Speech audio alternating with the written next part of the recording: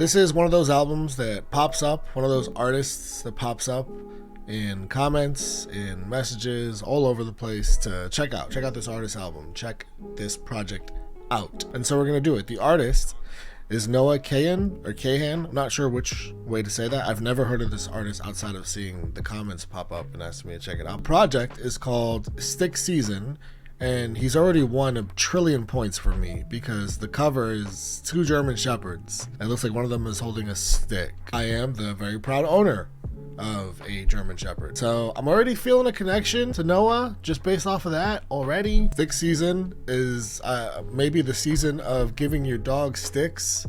And if that's the case, as again, a fellow German Shepherd owner, stick season is all year long. Alright, I say we just jump into it because again, I don't know a thing about this artist. I don't even know the genre of this album. I mean, the cover is kind of giving like country folk vibes, but you know, that could lead me astray. It could end up being like a rap album for all I know. Alright, this first track is Northern Attitude. You feeling right? Whoa. Feeling proud? How are your kids? Where are they now? You build a boat, you build a life. You lose your friends, you lose your wife. It's the passing of time.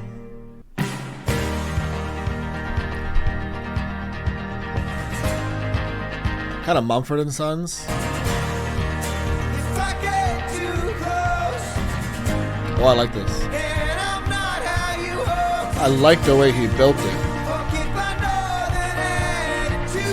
Oh, I was raised out in the cold. If the sun don't rise That's cool. till the summertime. I was raised on Little Light. That line, if I get too close and basically it doesn't work out, I'm not like who you had hoped for. Don't mind if there's a little northern attitude in my response to that sort of happening. I really appreciate that sort of honesty. I love the way it just kind of exploded, but like in this folky way. Lose your kids, you Damn. lose your wife, you settle down, you're feeling lost, you're getting stoned, then kicking rocks. You're getting stoned, kicking rock. I mean, all of that. Wow, getting stoned. Well, that's a lot. I mean, if you did lose your kids and your wife, yeah, I could see why it would feel like you're getting stoned, you're kicking rocks. Breathing in, breathing out. Bought some shit, search online, you're getting lost, you're getting high. This is just a completely lost person here. Like, they're just buying shit online, they're all alone, they're late in life, a little bit older, they've been married, had their kids. They're scared to live and scared to die at the same time, which makes total sense for where they are in life. You know, it's scared to live because you go live, you're taking risks, and taking risks after what you've been through, there's a lot of added pressure on the potential consequences of those risks. Scared to die, you're older in life, so it's just kind of reasonable that you'd be scared to die. You build a boat, like that's where you're at this point. It's just kind of the lost part is you're just like, I'm gonna build a boat. I don't know. You build a life. That's what you had done, but then you lost your kids, lost your wife, feeling lost. You're getting stoned, then kicking rocks. Wow, what a series of lines. Also, that is just like straight to the point of where he's at in life. Till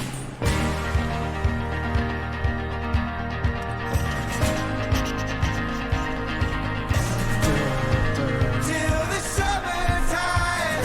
Oh, I was raised on the light. I was raised on Little Light. I don't think that's. I think that's literally. Yeah, I grew up in the north. There's less light, less sun. So you know, forgive my northern attitude. I have a little attitude about when I'm in situations I'm not accustomed to. But also, it's like double, like Little Light. Like I was raised without light. I think figuratively, potentially, like I was raised without a ton of love around me. This is my kind of folk music. Forget my northern attitude. Oh, I was raised out in the cold. This is my kind of folk music because it incorporates some real earnestness. Honesty from Noah is very eye-opening. You can't help but just be completely invested in sort of the timeline of this person's life and what they've been through. I love the soft beginning and then the huge opening, the way that it just really swells. And then it maintains that for the rest of the song while still hitting you over and over the head with those hard-hitting lyrics. I had a huge Mumford & Sons kick, like huge, when I was younger, and I just was really into Mumford & Sons, and this reminds me of that. Their voices are there's definitely differences in the vocal, but like the style's got that similar sound. All right, Stick Season is the next track. Looks like it was a single. Let's jump into it. As you promised me that I was more than all the miles combined, you must have had yourself a change of heart like halfway through the drive. Whoa. Because your Whoa, voice whoa, whoa, whoa, trailed whoa, whoa, off whoa. exactly at... Whoa. As you promised me that I was more than all the miles combined, you must have had yourself a change of heart like halfway through the drive. Because your voice trailed off exactly as you passed my exit sign. Oh. Kept on driving straight and left our future to the right. Now I am stuck between my anger and the blame that I can't face. I love Vermont, but it's the season of the sticks. And I saw your mom, she forgot that I existed. And it's half my fault, but I just like to play the victim. I'll drink alcohol till my friends come home for Christmas, and I'll dream each night of some... That rhyme, those rhymes are just excellent. I love Vermont, but it's the season of the sticks, and I saw your mom, she forgot that I existed, and it's half of that. Just something about that is just so hooking as a listener. And then part of it is the way he opens the song, talking about this person that said every mile was worth it, and they're making the drive to him. And then as they get to the exit, there's like a waning in their, in this, you know, in the excitement for them, and you just kind of see they just pass the exit and skip and leave you and the love that you had behind, and now you can't get past that. Like, it's just haunting you. Like, weed doesn't even help. Like, nothing, which probably obviously is something that's helped you before. You just can't find a way out of this, and now it's Stick Season. It's the season of the Sticks and I, which is definitely something that makes me think hard. He named the album that. That's got to mean something. The season of the Sticks and of the sticks of the stick. The season of the sticks. So I thought that if I piled something good and all my bad, that I could cancel out the darkness I inherited from Dad. No, I am. Wow, I thought if I piled something good on top of all the bad, I have all this bad shit about me that I acknowledge, and I thought if I piled something good on top of it, this might have been that person, maybe, or he just might have tried to embrace like a good trait, but probably more than anything is that person. But that's not the right way to really go about it, and obviously that's why things worked out how they did. But the fact that he's like fully acknowledging it, and then he references the fact that a lot of this is from his dad, which makes sense in the last song where he's talking about he didn't grow up with much light, he grew up in the cold, and that's that he grew up with this dad that sucked. Oh man, that one fucking really stabbed at me. Cancel out the darkness I inherited from Dad. Cancel out the darkness. No longer funny, cause I missed the way you laughed. You once called me forever, now you still can't call me back. And You know what? You once called me forever, and now you still can't call me back. His writing. I'm gonna make a crazy statement here, but his writing reminds me of Taylor Swift. The way he writes reminds me of Taylor. There's just it's a very specific quality in which he writes. It's got a very specific trait to it, and it reminds me of Miss Swift. And you know, if you know, you know. That's saying a lot. Season of the sticks. I saw your mom. She forgot that I existed, and it's half my fault. It's so clever, though. She forgot that I existed, and then making the "id" at the end, that last syllable, pretty much an additional word to rhyme with the sticks and I. The sticks and the "and I" rhymes with the exist, the end of "id." It's just crazy. That is a fucking songwriting masterclass right there, and that's why I made a Taylor Swift reference.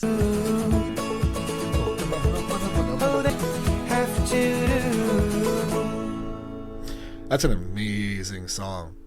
The songwriting on it, the melody, and I know I opened this and I looked at the cover, and I said, "Oh, country folk, maybe." I swear that was just a guess throwing shit at the wall and hoping it sticks, and that's what this is. This is a country folk album, and he's nailing it. He's absolutely nailing it so far. Well, I know we're only 2 tracks in, but it's really getting me giddy. This is what happens. I go into these albums, and I go open-minded, and then I let the energy of the album sway me however it does, and then that sets the tone, and then we see where it goes from there. And this has swayed me into giddiness. Because another thing too is I don't really get to listen to projects like this. I just don't stumble across many projects of this sound. And even in my own time, I just don't stumble across sounds like this. So when I do get a sound like this and it's nailed and the lyrics are great and the singing is great and the melodies are awesome, it's exciting, man. So I just got to point that out. All right, All My Love is track 3. My folks still talk, but they speak in these 2-word sentences. That's not much talking. I'm saying too much, but you know how it gets out here. No winter coat could keep out all the cold of your atmosphere. We once sang retrograde, we'd shake the frame of your car. Now I know your name, What? but not who you are. It's all okay, there ain't a drop of bad blood. It's all my love, you got all my love. I'm still out here with the pills and the dogs. Oh my gosh. This writing is crazy. No winter coat could keep out all the cold of your atmosphere. I love the way he uses weather and temperature and the feeling of that as a way to display what he wants us to understand, to how something made him feel, like how growing up made him feel when he grew up in cold, how this person made him feel when no winter coat could keep out all the cold from their atmosphere. That's a cold person. That is a cold ass person, because there's a lot of great winter coats out there. We once sang retrograde, we'd shake the frame of your car. So I mean, that was a great time, because every time we have a we once, we kind of know we're going into the past, and we kind of know that things have clearly changed. We'd shake the frame of your car. That's some aggressive singing. You're having a good time. Now I know your name, but not who you are. Whoa, have times changed? It's all okay. There ain't a drop of bad blood. I mentioned Taylor Swift in the last song, so of course he has to come and do that to me, make me look like I tied this shit together. Like, completely coincidental. It's All My Love. You got All My Love. I'm still out here with the pills and the dogs, and I'm glad. I was hoping we get at least one specific reference to dogs. You can't not when your album cover has those two beautiful German Shepherds. Again, shout out to my fellow German Shepherd father on the front cover. I'm still out here with the pills and the dogs. He's struggling. He's going through it. When he talks about I'm still out here with the pills and the dogs, living that lonely dog life again, but he's still, it's no bad blood. He still like doesn't have any ill will about it. Yeah, he still can see the situation for what it was by saying, I don't know who you are anymore, and you were colder. Your cold was all encompassing. I'm still out here with the pills and the dogs. I love the way he dogs. I'm the same as I was. I didn't change. You might have changed. I didn't change. And if you need me, I'll still be here. And I'm the same. Because one of us didn't change. Okay, there ain't a drop of bad blood. It's all my love. You got all my love. You got all my love. I still recall how the leather in your car feels. The songs we were singing, we sang Retrograde, it was shaking, man. It was a good time. At the end of it all, I just hope that your scars heal. Just wants the best for them, even though what happens sucks. We once sang retrograde. We shake the frame of your car. Oh, it's just, never know your name. oh, it's cool. But not who you are. It's all okay. There ain't a drop of bad blood. Man, using those backing harmonies back there to change the dynamic of the second chorus is so smart. A lot of the times you bring in more instruments in the second chorus to change the dynamic, because you gotta have a change in your second chorus, unless you have like the greatest chorus of all time, which, there's some songs that are just some of the greatest choruses ever. You can just copy and paste the chorus, it's fine. But most songs you have to change the dynamic by the second chorus. You have to incorporate more instruments or something, make it fuller, make it bigger, make it grander. You have to do something. He uses harmonies, and it's so clever. It's just so clever. I don't hear a lot of that, and the harmonies sound even nicer because of the instruments. Like there's something about a folk country sound that everything else comes through, I feel like, a lot clearer because you're not really distracted by, you know, trinkets and production elements and stuff like that, which are great. Obviously, I love that. I love pop music. But when it comes to this stuff, things like that are going to come through a lot clearer, and it's just really enjoyable that he did that. Oh, my love, I'm still out here with the pills and the dogs. You need me, dear. I'm the same as I was. Shake the frame of your car. Now I know your name, but not who you are. It's all okay. He knows how to write a chorus.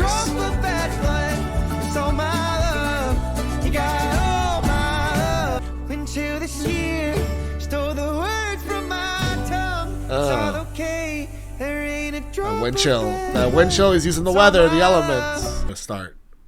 We are 3 tracks in, and I am extremely impressed by all 3 tracks, and in 3 completely different ways. Yet it's super cohesive. It's all got that same, you know, country folk sound.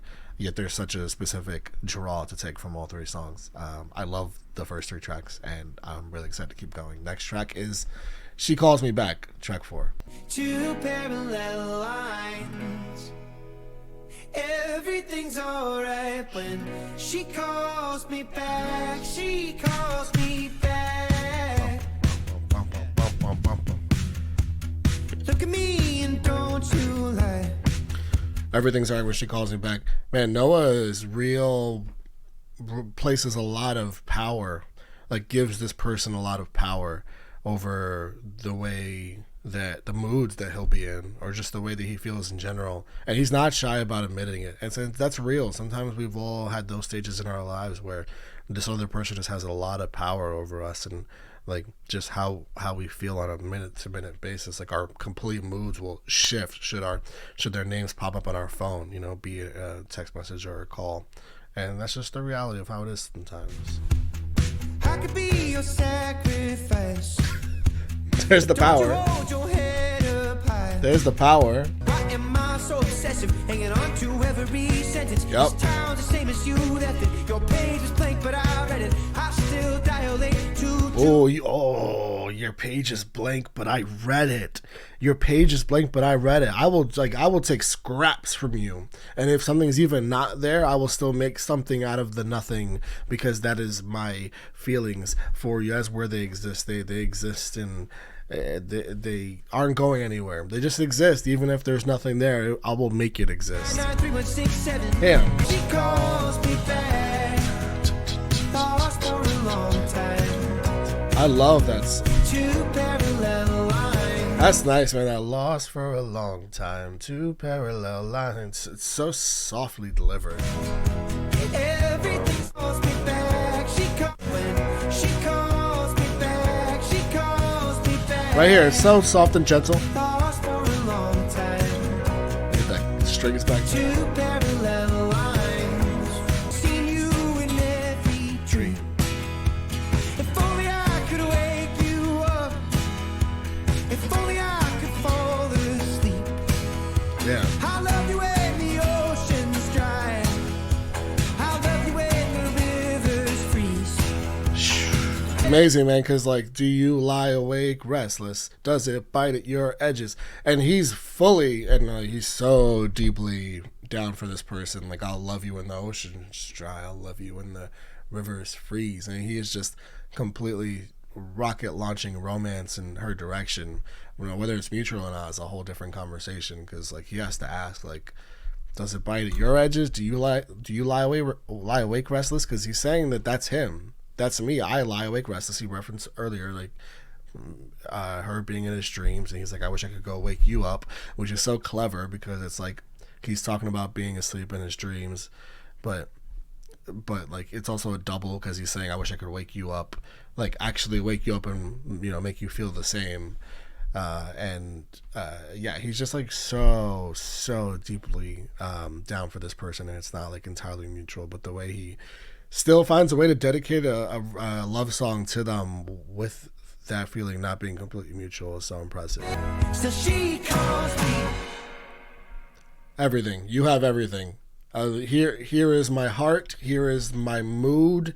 Here is just my entire existence here. I hand it to you, and it's all yours. And no matter what I'm going through, if I see that for that face of yours and that name of yours, I'm sure he's got a photo attached to the, to her contact on his phone. When I see that pop up on my phone, everything's fine. It doesn't matter what I'm going through. It doesn't matter. I could be thinking about my shit dad or my shit upcoming or the darkness that I'm going through right now. Everything's fine once your name pops up. Yeah, a love song, and we love it. Come Over is the next track 5. Come Over who? I'm in the business of losing your interest, and I turn a profit each time that we speak. Don't you know? Oh my There's a gosh. coffin buried under the garden. These lyrics are incredible.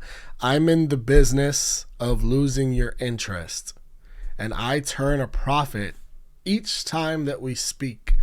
He's in the business of losing their interest. So like it's he's made it a business essentially. Like it's what he's entirely committed to have their interest, but he's losing it. And it's essentially like that's where the business is headed, is that he's losing it. And he turns a profit each time that the two of them speak. It's so clever, using the business and profit. So like the business is starting to do well every time they speak, but then when they're not speaking, he's losing their interest and his business is kind of going under.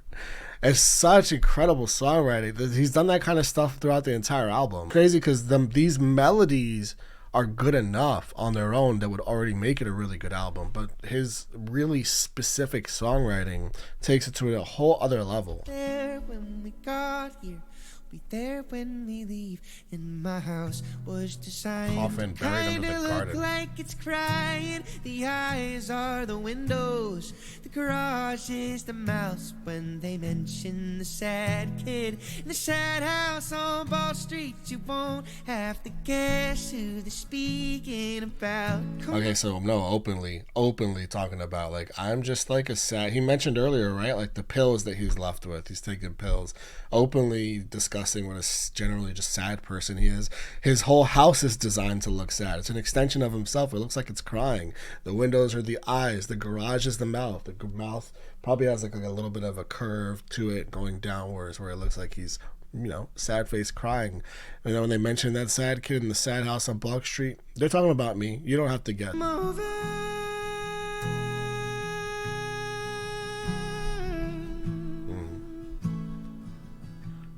Come over.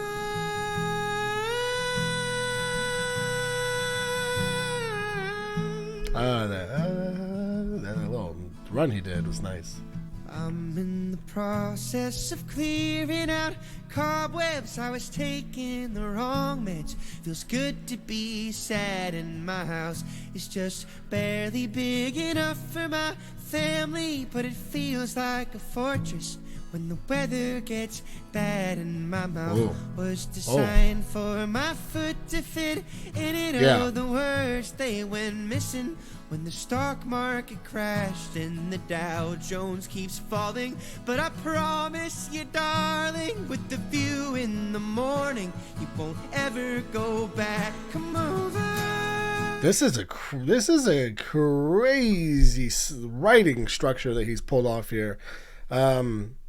There's so much there. Let's pull that up, because I think he's bringing the business part of it back. And when he mentions the Dow Jones and what else did he mention? The stock market crashing. But he also says,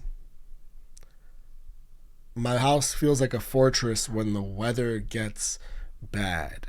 And he's mentioned that weather several times in this project. My mouth was designed for my foot to fit into it. He puts his foot into his mouth very constantly, if his mouth was designed for it. The words, they went missing when the stock market crashed.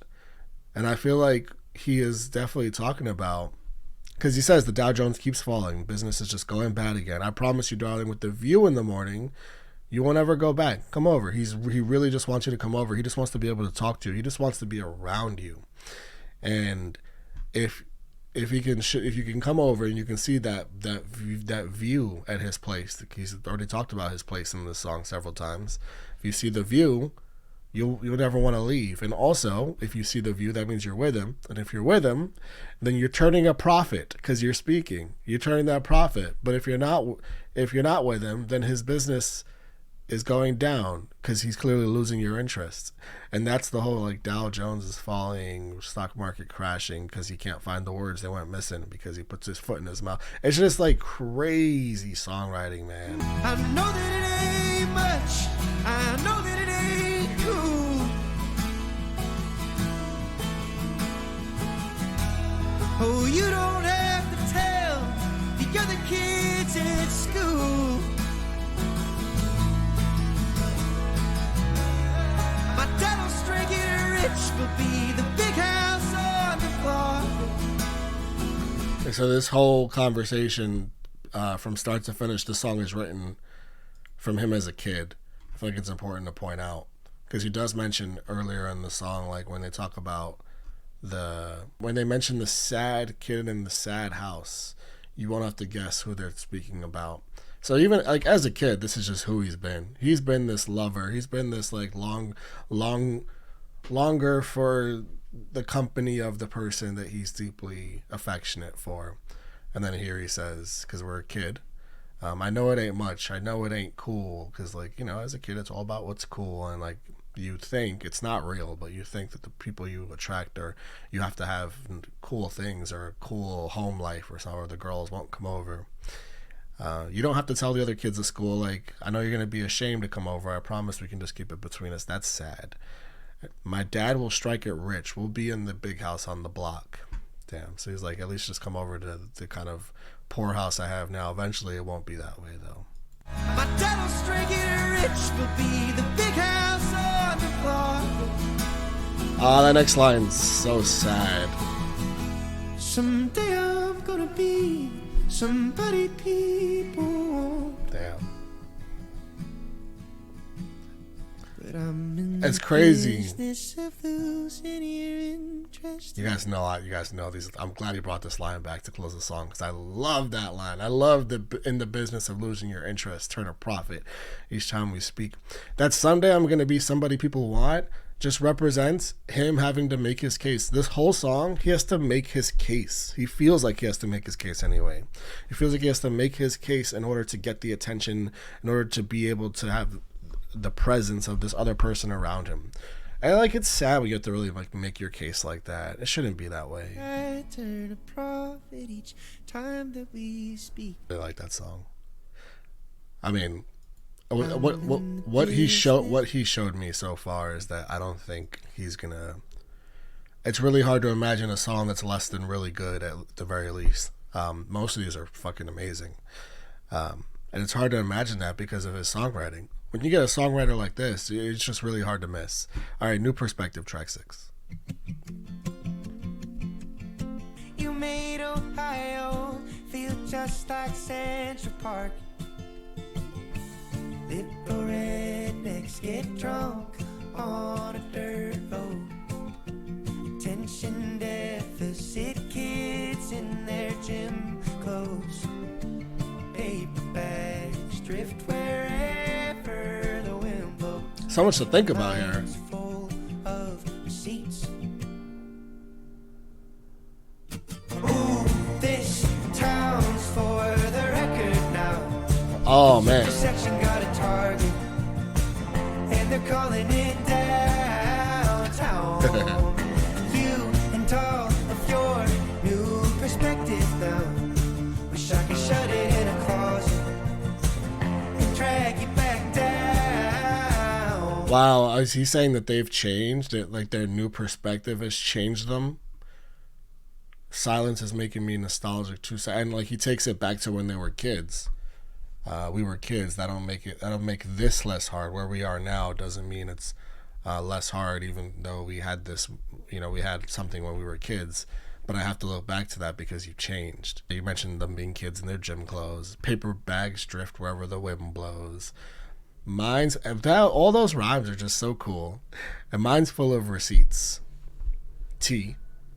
And of course this man's got a paper bag full of receipts. And we're talking about receipts. I feel like that's just like him innuendoing, speaking on like I remember everything, and clearly remembers everything because of what he just went on the tangent with. But yeah, their new perspective. He wishes he could shut it in a closet and drag her back down to earth. I feel like back to like, grounded with him. Let's see where we go. Gave me your word and now I can't pronounce it. No thing so sure that I can't learn to doubt it. Now this bird, it sings our song, so how to keep. Man, it's so hard not to stop his lines, every other line, because of the way he writes. You gave me your word, now I can't pronounce it. You gave me your word. That's as simple as like you made a promise, but now I can't pronounce it. You guys get it. It's crazy. Like, it's so smart that he wrote that. I can't pronounce your promise anymore. I don't even understand it anymore. It's not what it was. No thing so sure I can't learn to doubt it. You learn to doubt that word as well. There's nothing that's so sure. In this situation, like, things change so much that he's learned to doubt whatever he thought was sure. Now the state bird sings our song so out of key because we're just on such different planes and pages. People change, man. That's what this is all about. People change. It was so simple. Attention deficit kids in their gym clothes. Paper bags drift wherever the wind blows. I love that part right there. It's so fun. This album actually came out last year. It says 2022. I was gonna buy the vinyl. I went to look online. It's in pre-order mode, so it won't be released till June, which tells me that he didn't expect to have the success he had with this album. Not at the level where he would need to put the order out for vinyls, right? This stuff costs money and stuff, so you don't want to just do that without knowing the demand is there. And now the demand is here. Clearly people are loving this album. You see it's like very highly streamed. He's just doing really well. And I love that. I love hearing projects like this from real singer-songwriters who really put all of themselves into it. All of Noah is in this project. And to look for a vinyl because I want to purchase it. That's how much I'm enjoying this. And to see that it's like coming out because there's been demand for it makes me really happy as a fan of music and as a already new fan of this artist, 6 tracks in. I love that one a lot. It's definitely in the faves, although it's going to be really hard with this album. Everywhere, Everything, track 7. Would we survive in a horror movie? Doubt it, we're too slow moving. His voice. Trust everyone we meet. Come through vocals. We wouldn't survive in a horror movie. Okay. Man, there's a lot of references to being younger.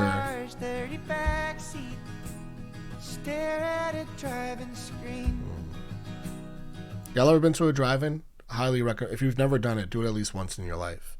You can't live your whole life without going to a drive-in. And he just described the beauty of the drive-in perfectly. Your two bodies intertwined in a car's dirty back. So there's still something just magical about that.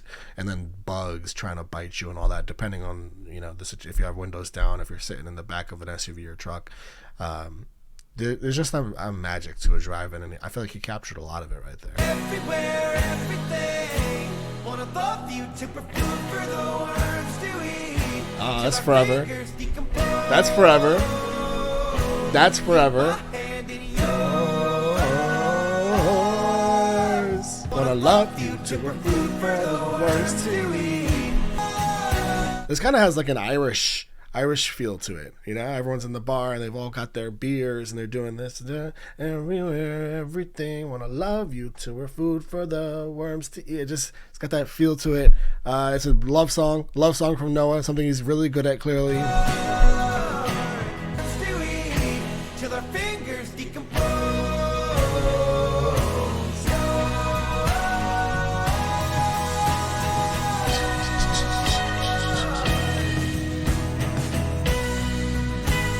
Great.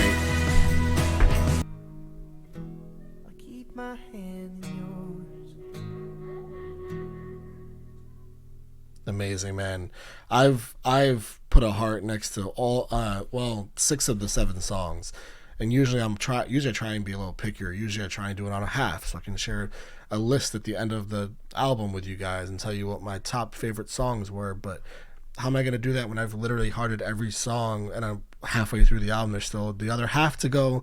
The only one I didn't heart was She Calls Me Back. The only reason I didn't heart that was because it was a little triggering. I felt like I was listening to myself.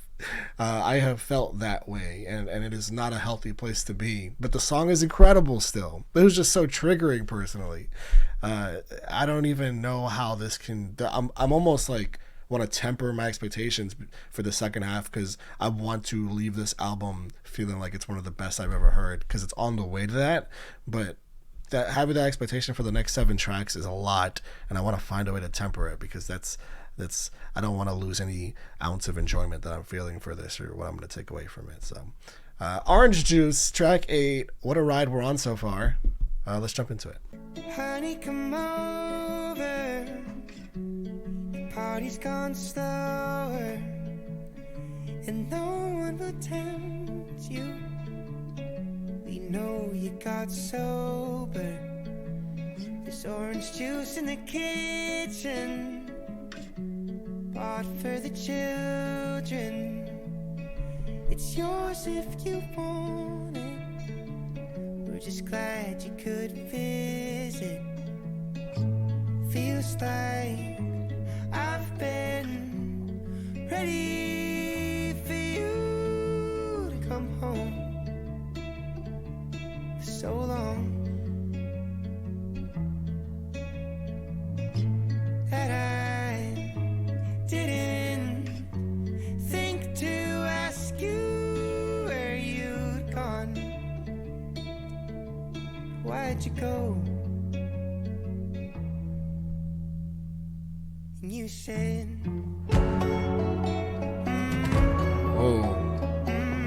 Oh man.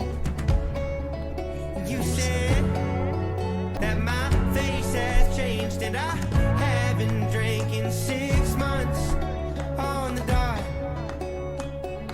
See the graves as you pass through from our crash back in 02. Not one nick on your finger. You just asked me to hold you, but it made you a stranger and filled you with anger. Ready for you to come home.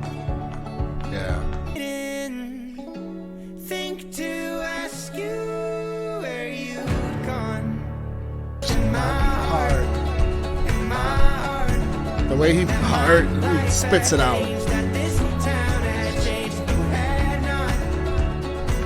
Oh, my heart has changed. You haven't changed.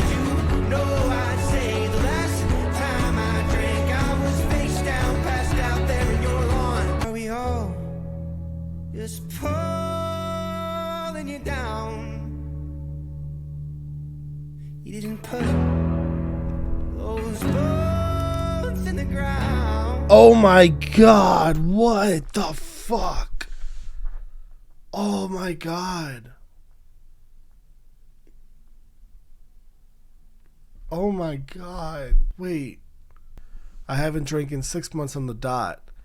See the graves as you pass through from our crash back in 02.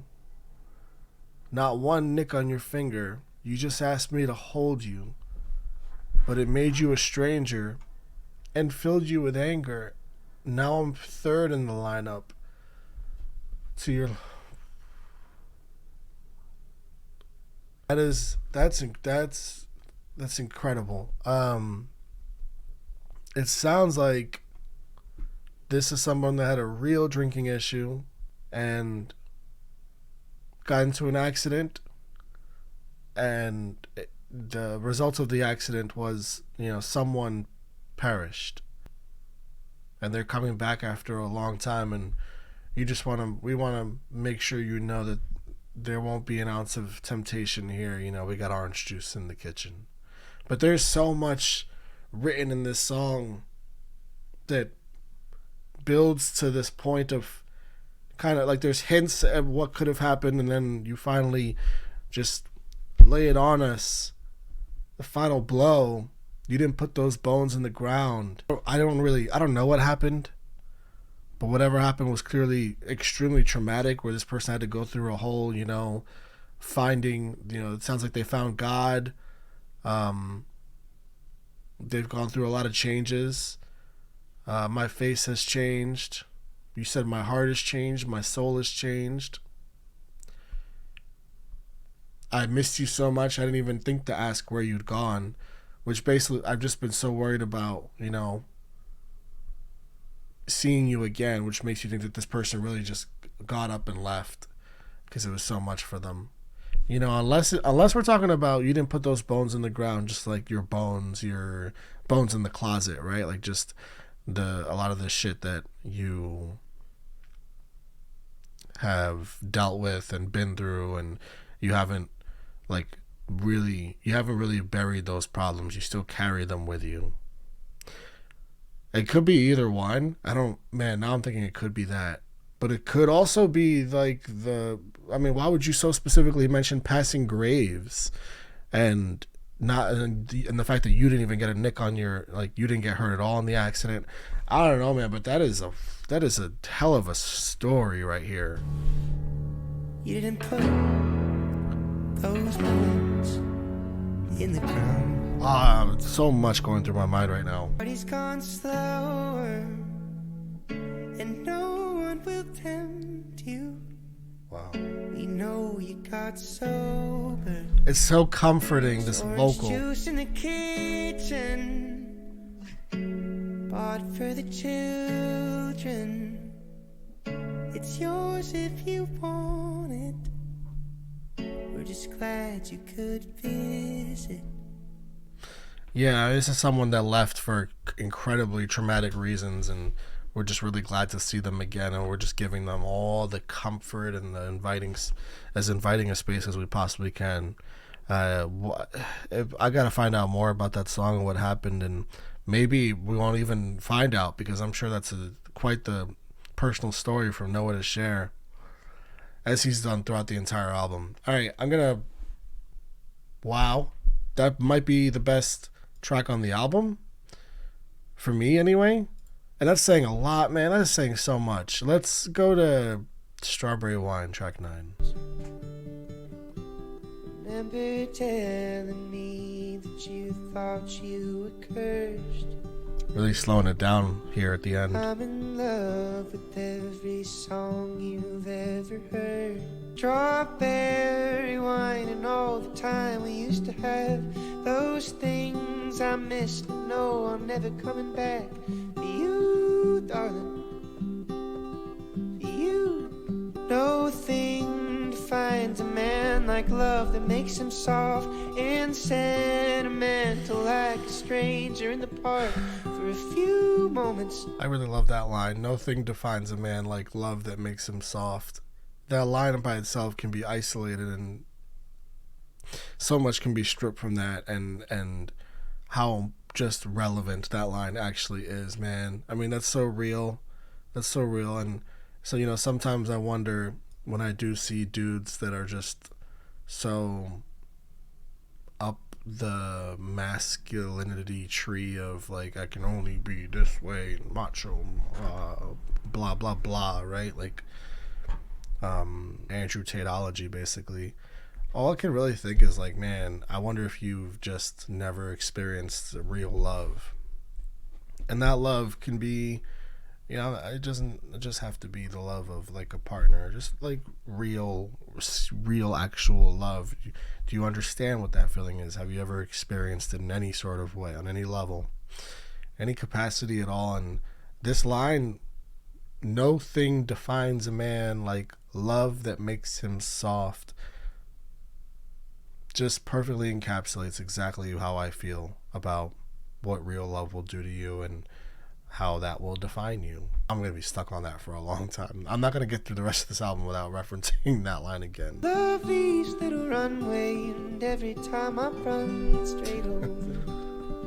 It's just so clever. The lines, empty space and you were formless shape, we'd fit. Man, back-to-back tracks, Orange Juice to Strawberry Wine.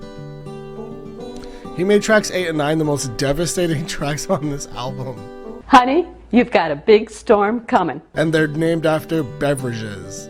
Nothing defines a man like a love that makes him soft. Yeah, that is the line. Damn right, that's the line. It's so true. It's so true. I mean, like, what breaks us down to our reality of who we really are and, like, the best parts of us. That's that softness. That's what got us to that softness. Analyze that more and keep that closer to you than anything else in your life. Let's move on. Growing Sideways, track 10. I have nothing else to say I haven't said. Amazing. So I took my medication and I poured my trauma out on some sad-eyed middle-aged man's overpriced new leather couch. And we argued about Jesus. Finally found some middle ground. Said I'm cured. You argue with your therapist? And I divvied up my anger into 30 separate parts. Keep the bad shit in my liver and the rest around my heart. I'm still angry at my parents for what their parents did to them. Yeah, but that... Okay, first, I love his voice on this track. It's so... just his voice. It's so forward and it's so clear, and he's like adding this... I mean, I can't even say he's adding this extra emotion onto the vocal because he's sounding amazing throughout this whole project. But there's a little something on this that just feels more singy. Like he really came with it. Really said, like, I'm gonna really sing on this. Like it's gonna have that sort of like me just pouring my heart out vocal ballad feel. This is the most ballady, even though the last two tracks were slower and sadder. He's at a therapist. It sounds like he's, you know, overpriced new leather couch and pouring your trauma out, and then you just walk out saying I'm cured, which is super sarcastic, especially when you're splitting your anger in 30 separate parts, like a bunch of horcruxes filled with your anger. That's just a mess, man. You are a mess is what you are. You are not cured. But to have the wherewithal, to have the maturity to say I'm still angry at my parents for what their parents did to them and not just put all of that blame on your parents themselves, that says a lot. It's a start of the healing. You're not cured, but it is a start. Things, and I move sideways until I forget what I felt in the first place. At the end of the day, I know there are worse ways to stay alive. This album is really coming for me, man. Fuck. 'Cause everyone's growing and everyone's healthy. I'm terrified that I might never have met me. Oh, if my engine works perfect on empty. Stop, Noah. Guess I'll drive. Terrified. Everyone's growing. Everyone's healthy. Not me, though. I'm terrified that I might never have met me, like my full potential, the actual version of me when I'm not on all these pills and still like seeing this therapist, but and still not healing, really, still not getting to the best version of me. I don't know what that road is, man. That road does not exist in divvying up my anger in 30 different areas of me, that's for sure. If my engine works perfect on empty, I guess I'll drive. Like, if I'm still able to just exist, sure, I'll drive. Like, I'll just keep on going through life even though I'm on empty. Think about your car having no gas whatsoever, but it's still driving. How is it still driving? You can't even... It's just literally... I don't even know. It's rolling. It's basically in neutral, and you're just able to keep going down a very slight slant somehow, and that's basically what Noah is in this song and in this life. I forgot my medication, fell into a manic high. Spent my savings at a Lulu. Now I'm suffering in style. Why is pain so damn impatient? Ain't like it's got a place to be. But I ignore things and I move sideways, stay alive. Everyone's growing, Lord knows there are worse ways to stay alive. I just had a whole off-camera crisis about that song. That song is, what am I gonna say? It's the best written song on the album. Again, I'm just gonna keep saying that over and over again, like a broken record. I'd rather not keep doing that, but that's the reality of the situation here. I mean, how he's able to so clearly take us through his mind. I mean, it's as simple as that.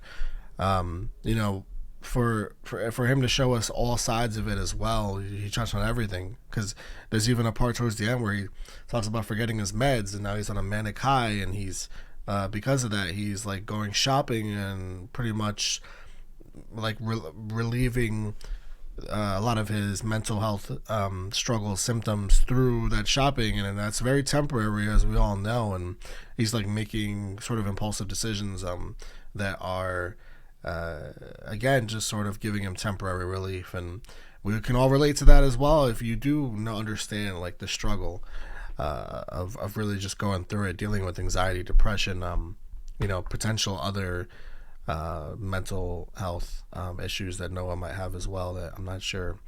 I have a feeling, but don't want to dive too deep into, you know, without him actually saying it. But yeah, the song's a masterpiece. The song is an absolute masterpiece on mental health and growing sideways. It says all of it. You're just doing this as opposed to this, and when you see everyone around you doing this, it's that much harder. So Crisis, somewhat moved beyond. We will try to do so. Let's go to Halloween, track 11. But the wreckage of you I no longer reside in, and the bridges have long since been burned. The ash of the home that I started the fire in starts to return to the earth. Know that you'll come if you want. It's not Halloween, but the ghost you dressed up as sure knows how to haunt. Yes, it knows how to haunt. Okay, the song's not about Halloween, but the Halloween is used as a tool to reference that this person's essentially a ghost in his life now, and it is haunting him. Wreckage of you I no longer reside in, the bridges have long since been burned. I mean, this is big growth for him, considering where he was coming from earlier on in the album, where he just pretty much was entirely reliant on hearing from this person to be okay. And now here he can, you know, and the songwriting again is just unreal with some of the words and imagery he uses. But the wreckage of you I no longer reside in, the bridges have long since been burnt. For him to be able to say all that, it's growth. That I started the fire, it starts to return to the ash of the home that started, because the ashes were flying and they're coming back down. I do like that. But I only tell the truth when I'm sure that I'm lying. Wow. So I'm setting sail once again. That ending. Now Wicked and Weary again with the whole Halloween song. He does these things so intentionally, and I'm so here for it. This is the first song. We're 11 tracks in, so it's a lot. It's already a full album. It's the first song I wouldn't be in a rush to revisit, just from the sound of it. But that being said, it's still incredibly written. It's still complete poetry. It's still complete, like his POV is very well told and very crystal clear, and I love hearing his perspective in the song, comparing it to others' perspectives, like She Calls Me Back, where it was just such a struggle. All right, Homesick, track 12. 2 months since you got back, how have you been? And are you bored yet? The weather ain't been bad if you're in a masochistic bullshit. And every photograph that's taken here is from the summer. Some guy won Olympic gold 8 years ago with distance runners. He's so specific in That particular. makes a lot of sense. This place is such great motivation. Here, you know who else he reminds me of? He reminds me of JP Sachs a little bit, the way he writes, because JP is also super particular, super wordy, super specific.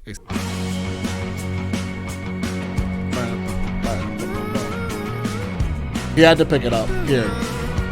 He had to pick it up. Because he went like 3 or 4 tracks really slowing it down. And it was working. I would leave if only I could find a reason. I mean, because I grew up in New England.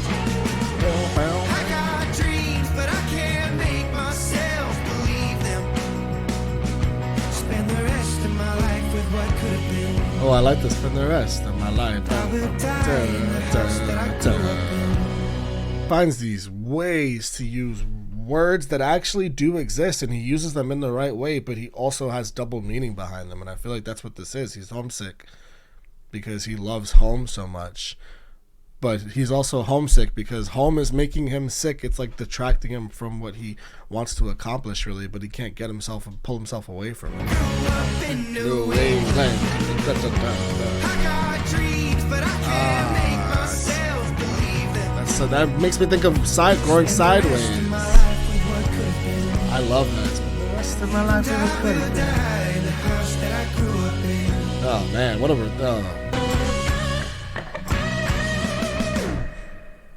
I really like that track. Like just a burst of energy that's kind of needed at that point in the album. It's perfectly placed. Again, it gives me sort of like this, just all of like. Imagine if you heard this song and you're from New England. I bet that's probably like the New England song now. New England's been around for a long time, so I'm sure they have other songs, but this has got to be a song representative of New England. But you also probably get it even more if you still live there, because you're like, yeah, I ain't leaving either. But that whole like, I have dreams but I can't get myself to believe them line hits super hard, especially because Noah spent so much time talking about, you know, self-doubt and his mental health in the project, so it also just fits so well. All right, still track 13. Don't know whether you want a place in the coast of the country. Can't stay here, it's hard to face, and it feels too ugly, light a fire. He's such a must look at lyrics artist. Like a mandatory. You can't deny it. I don't wanna say goodbye. In a past box of photos, I rip myself open. I'm in bed and I'm wondering if I'm callous but hoping.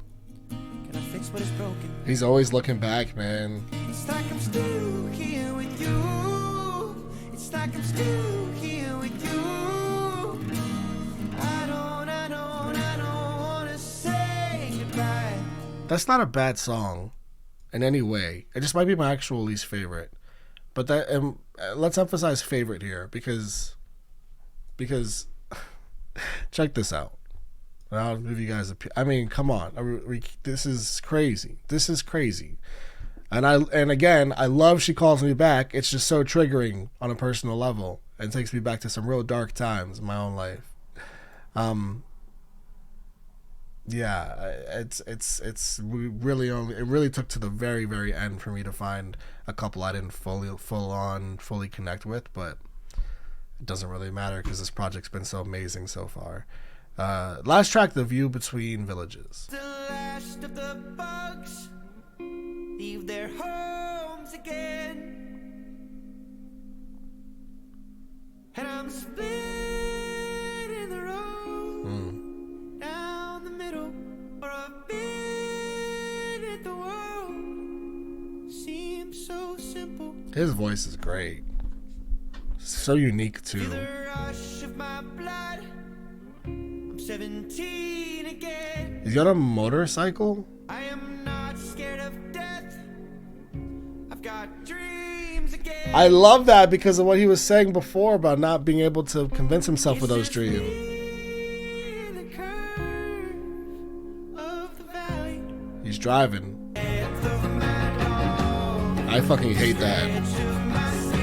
I hate that.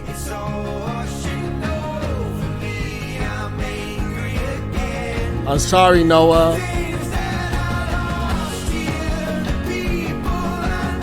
Yeah.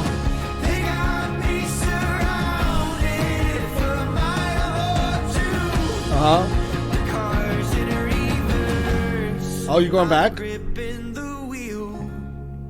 I'm back between villages, and everything's still. That's that traveling in life. Everything's still in front of you, behind you. It's the road you're on in life. This is just where you are right now, which has been a reference point across the album as well. Oh my god, that's the last lyric on the album. The car's in reverse, I'm gripping the wheel, I'm back between villages and everything's still. A minute from home, but I feel so far from it. And that's because he's in that middle. He can see it, but it's so far, but yet he's still not far removed from where he's come from, which is everything he's gone through, which is his parents, the death of his dog he brings up here, that the exes that he's had that have caused him so much hurt and pain and haven't loved him as much as he's loved them. It's all washing over him. He's angry again. It's like he makes progress, but goes right back, right? What's the Olivia Rodrigo song? It's one step forward and three steps back. That's kind of what's happening here with Noah. And the one song, which is got to be the best song on the album, right? Growing Sideways. That's what is happening here. He's growing sideways. He's literally moving sideways. This is an incredible project.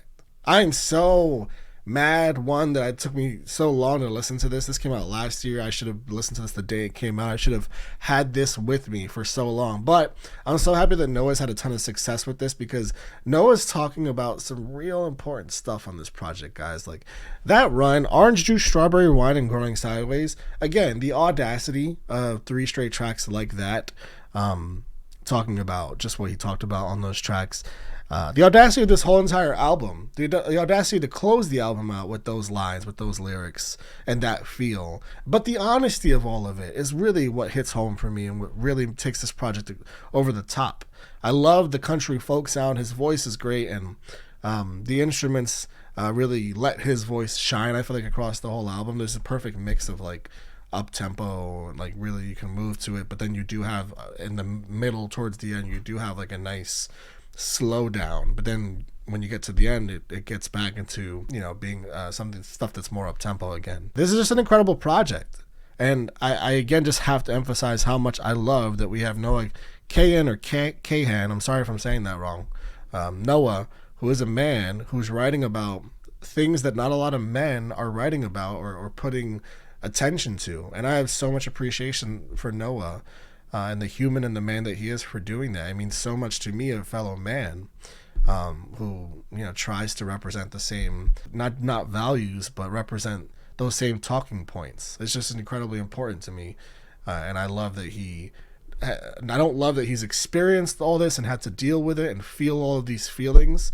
But I do love that he chose to share it with all of us. And hopefully there's a lot of other men who were able to take this and grow from it, because I feel like that's the opportunity you have when you listen to a project like this, and Noah's still doing that, whether it's sideways, whether it's going in reverse, and I wish him nothing but the best as that happens, and I obviously wish him nothing but the best in his music career, because projects like this are rare, man, and we should all appreciate them as they exist, and I'm real grateful that this exists.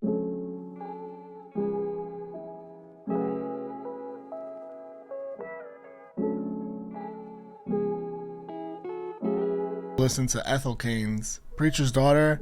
I've heard a lot of great things about this album. It's another one of the albums that I've seen a bunch of comments and got a bunch of requests to listen to, and just generally I've heard some pretty rave reviews for this project. Going into this one kind of knowing that this is going to be one that really takes like a certain level of listening. We are prepared to do that here today. Now the project is called Preacher's Daughter, so that alone kind of gives me some hints into what this could be about, and I do see a track even called Televangelism, so I feel like I can go into this already gathering that this is someone who grew up the daughter of a preacher, clearly, specifically an evangelist, I would imagine so, and that kind of gives me some hints as to some of the topics we could be diving into in this album. Otherwise, I don't know what Ethel even sounds like. I don't know what Ethel's sound is.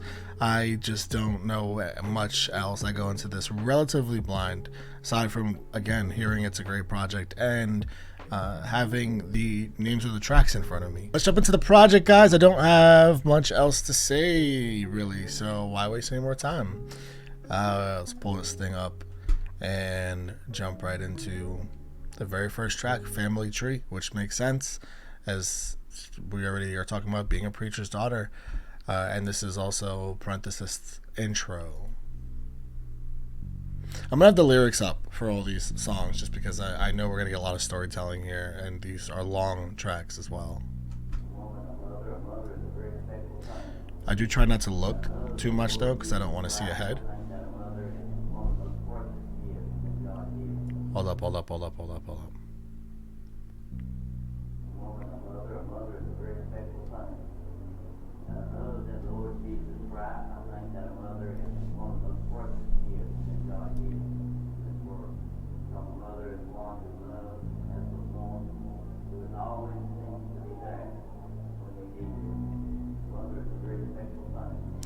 It's unintelligible. I can't make out anything being said. Just murmurs.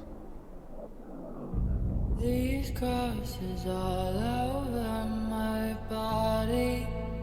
Oh, this is what Ethel sounds like. Remind me of who I used to be. Oh my gosh. These crosses all over my... It's like... Then Christ forgive these bones I'm hiding. What a harrowing voice. No unsuccessfully. These crosses all over my body. These crosses all over my body. Remind me of who I used to be. Forgive these bones I'm hiding from no one successfully. Not able to hide. Abuse? Did our father as the preacher abuse her? Crosses. Jesus can always reject his father, But she can't. but he cannot escape his mother's blood.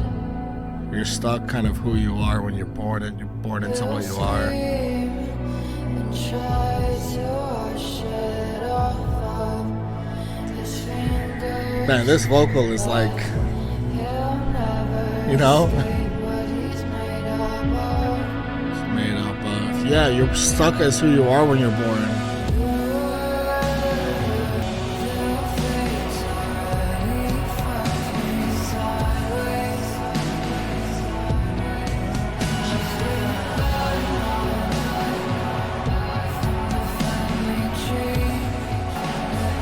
Oh my gosh, I have goosebumps. There's like a it's getting louder in the background. It's really building up nice.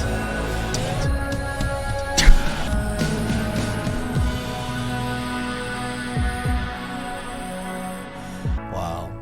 Oh my god. Oh my god. Number one, the song. Actually, no. Number two, the song. Number one. What a way to start this off. I mean, the feeling that this gives you, just this, it's so full and it's so grand and harrowing, and so much of that is Ethel's voice.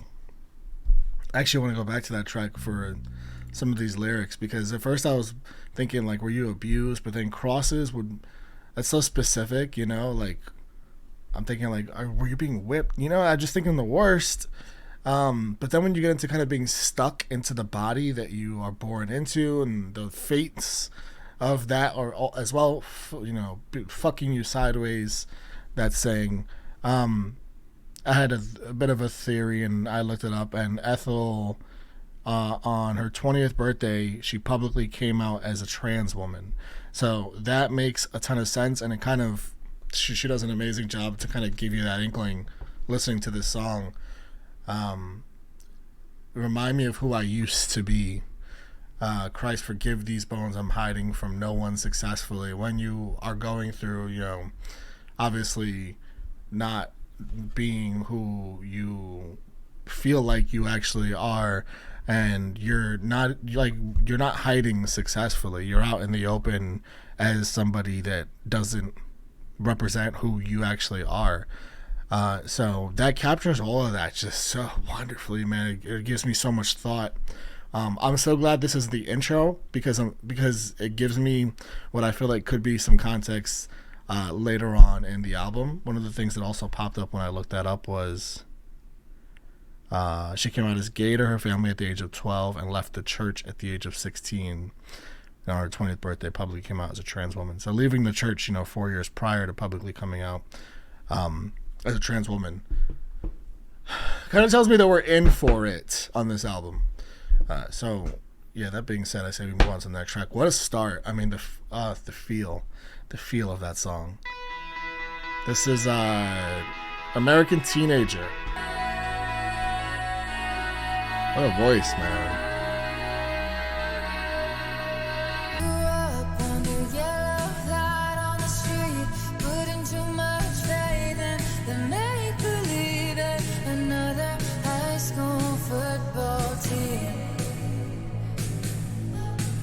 Her voice is unbelievable. It's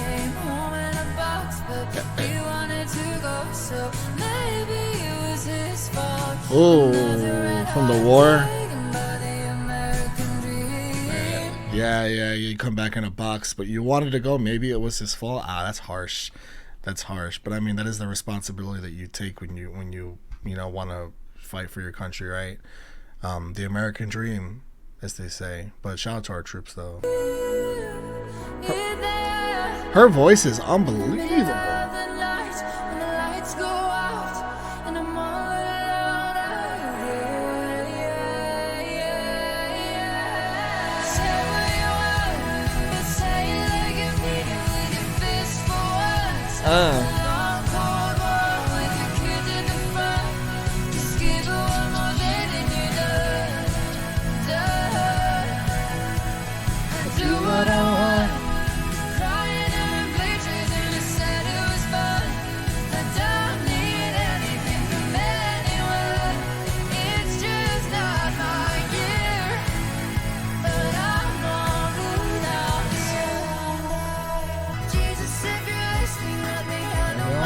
And Jesus, if you're there, why do I feel alone in this room with you?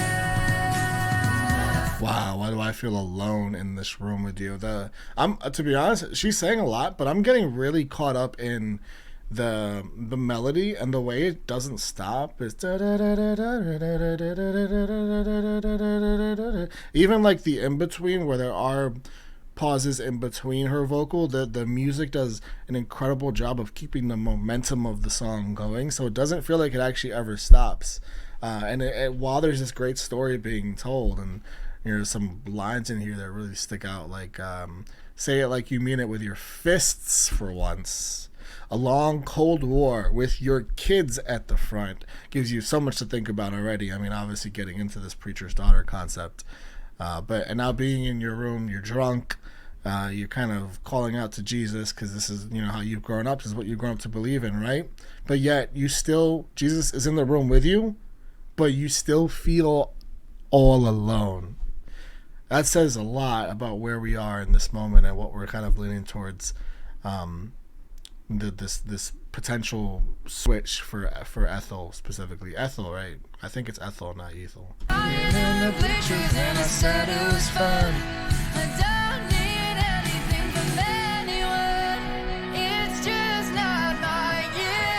Oh, it's so good. Before I got into this album, I was thinking that this would be because just some of the stuff I heard nothing specific, but I just heard like it was conceptual, and that it was some amazing storytelling, and I was just thinking that I'd be getting myself into like something super singer-songwritery, maybe something that wouldn't there'd be so much lyric heavy and not so much like melody and sound of the song and all that. This is not what that is. This is just a great song. Like this works great on radio. I don't know, how Ethel did with all that stuff, but this, like, streaming radio, whatever it might be, and I feel like those lines are so blurred nowadays and it doesn't even really matter as much anymore. People just have such a new appreciation for music and for great music, whether it's got a single sound or not. You see people nowadays just blowing up songs that aren't singles, and I love that. And I feel like maybe that happened with this. I did see the streams. This is the highest streamed song on the album, I believe. And to me, it kind of has that, like, it makes sense with the sound of it.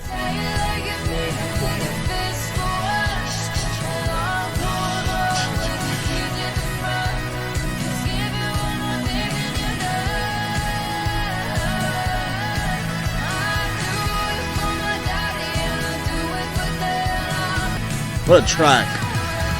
What a track. I mean, that's music right here, baby. This is fucking music right here. She knows how to put a song together. What a great song. 2 straight. High energy, both of them. What a track. A House in Nebraska, track 3.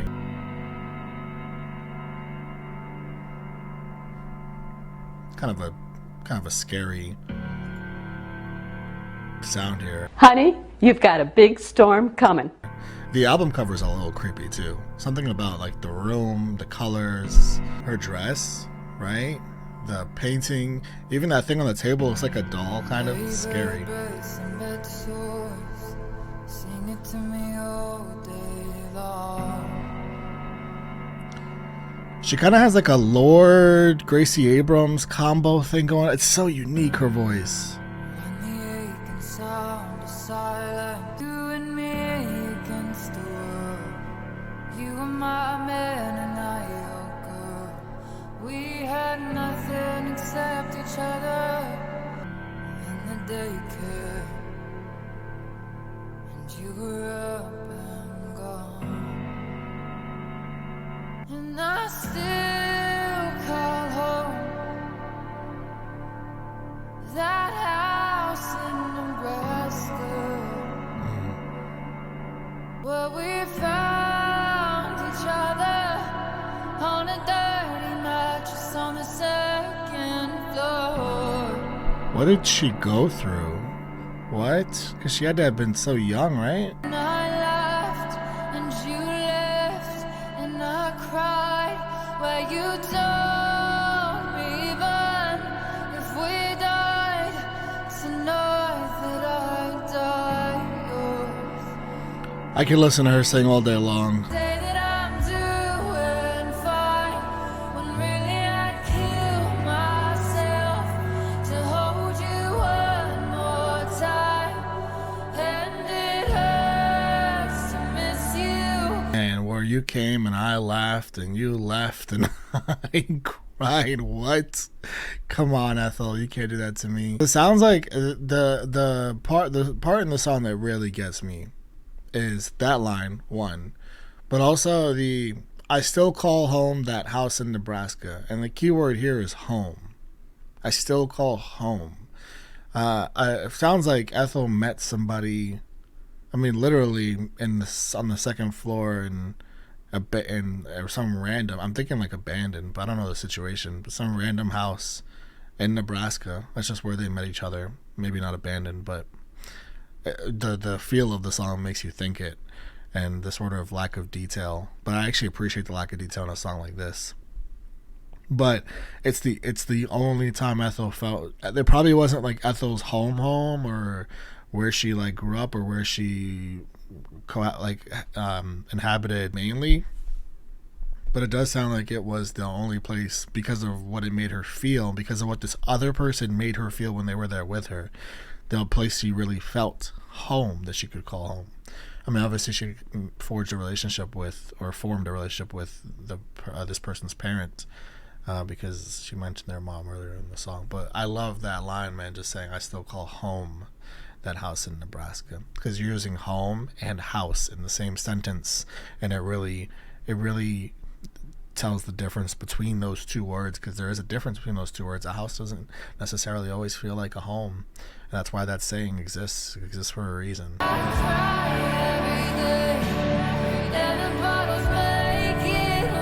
to drinking.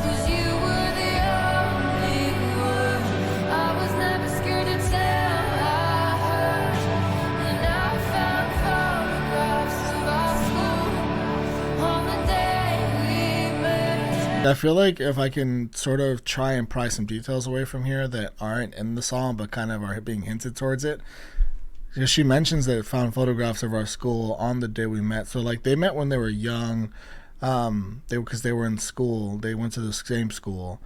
I feel like maybe she got like left her house where she was living potentially and ended up living with this person for a bit at a really young age, because that's where she felt accepted. That's where she felt love. It's where she felt that home feeling. I feel so alone of you. Yeah, hammer it into the listener. Just again, one more time.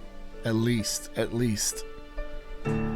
I feel so alone without you. Man, take this album out for a drive. Take it through the mountains. Right? Yeah. Take this project, play it in the car, but drive through the mountains with it though. Especially with that outro, especially with the some of the feelings that these vocals give you, especially the production on her vocal. Again, that echoey reverb just lends itself wonderfully to a mountainside drive, and her voice itself.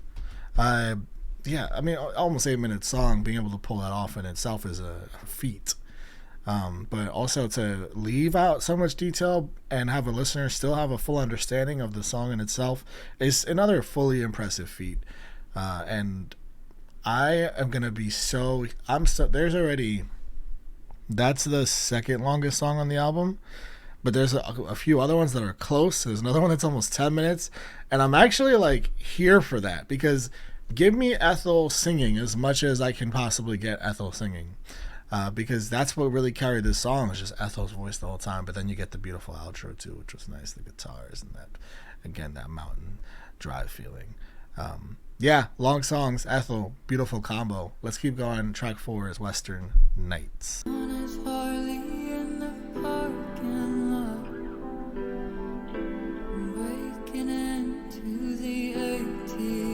That's a hell of a crime.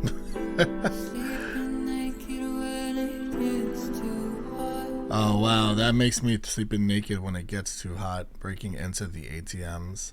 Well, sleeping naked when it gets too hot isn't completely normal, but breaking into the ATMs makes me think more of like, what kind of life were they living, especially from the last track.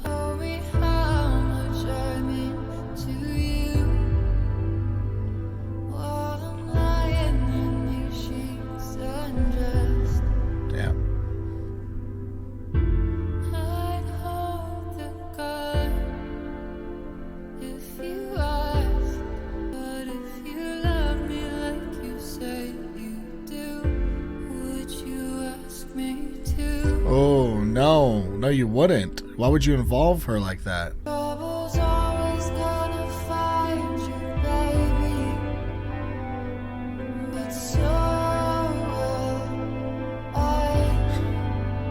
No matter what.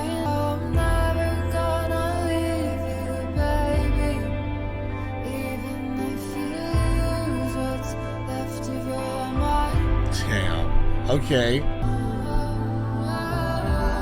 I love her voice, man. What a catalyst it is. This isn't even like a structured song, it's just her telling a story.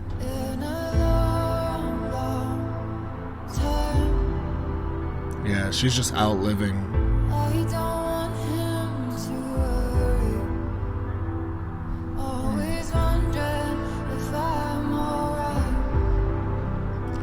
So I'm glad that line exists, because I didn't really have a way to know if the relationship, because Preacher's Daughter, right? The song, the album itself, the title of it is so, leaves the listener in so much thought of, okay, what is the relationship here? And then we clearly have established, some troubles growing up.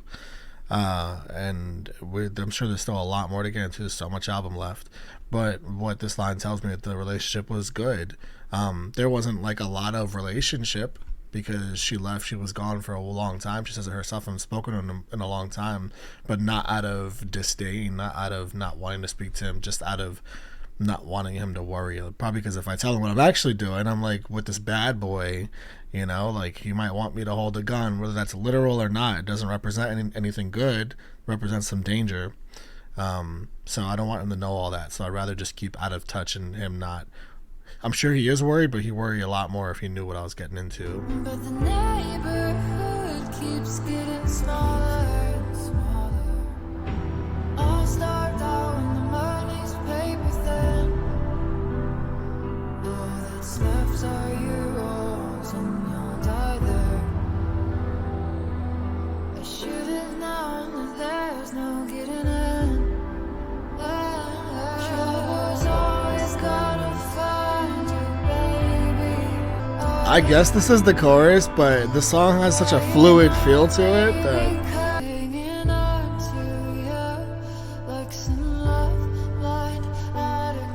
Yeah. That's what you've painted yourself out to be in the song. Insane how she just knows how to use her voice and keep you engaged for these long ass songs. Knows exactly what she's doing. Such consistent production. The production on this project is incredible, and it's super consistent. Produced by Ethel. Come on, man. Produced by Ethel. Just Ethel on there. All right. Family Tree. Hold on. Is Ethel not Ethel's name? Because there's no way, there's no shot that Ethel produced these songs and didn't write them. But when I look, the writer is a person called Hayden, Silas, and Adonia.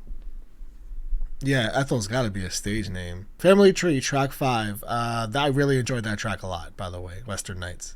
Yeah, just Ethel singing nonstop, telling a story, not a whole bunch of structure, just like... Even the instrument, like the instrumental, didn't really change throughout it. Just Ethel like going line by line, and you just super enthralled by the story. Family Tree, track 5. Oh, back to the beginning. Daddy said shoot first and run and don't look back. So take me down to the river and bathe me clean. Put me on the back of your white horse to ride all the way to the chapel. Let you wash all over me. Let you wash all over me. You've been to hell, don't scare me. I've been to hell before. It sounds like we sacrificed like a version of ourselves. Take me down to the river and bathe me clean. I feel like maybe that's that old version of myself, so I can become who I want to be. Let him make a woman out of me as well. Different guitar arrangement here on the second musical breakdown is clever.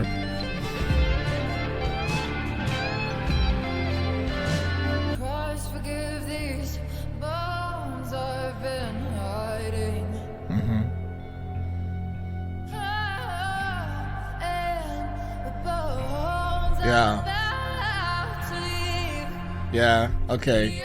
We're leaving something behind, yeah. Uh-huh.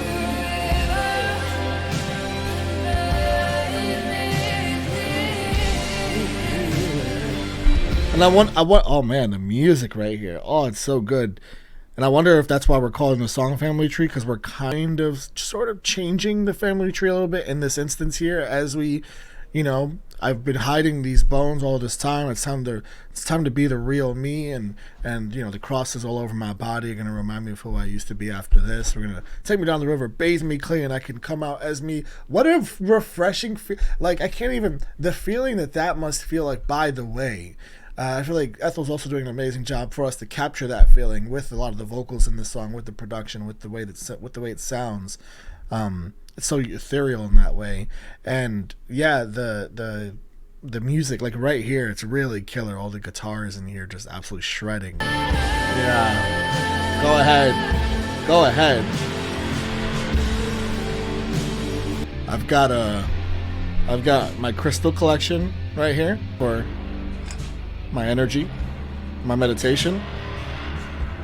This album, I feel like there's an energy coming between the combination of that and this album specifically that I'm feeling. That's really doing something for me right now. But track, I love that track. Of course I do, because I love the intro. Hard Times, track 6. Sing forever, Ethel. Never stop singing. Tell me a story about how it ends. Man, self-produced as well. You're still the good guy, I'll make pretend. Ouch. 'Cause I was too young to notice that some types of love could be bad.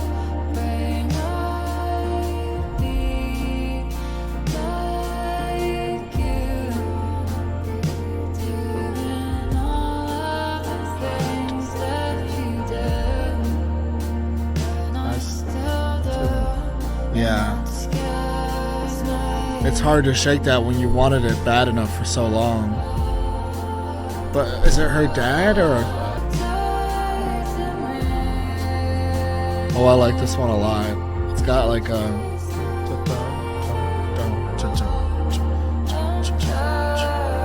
really easy listening kind of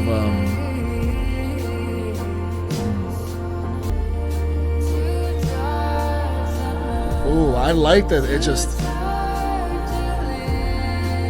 I like that it's just these lyrics over and over again because it emphasizes them. These are important lyrics. Too tired to move, too tired to leave.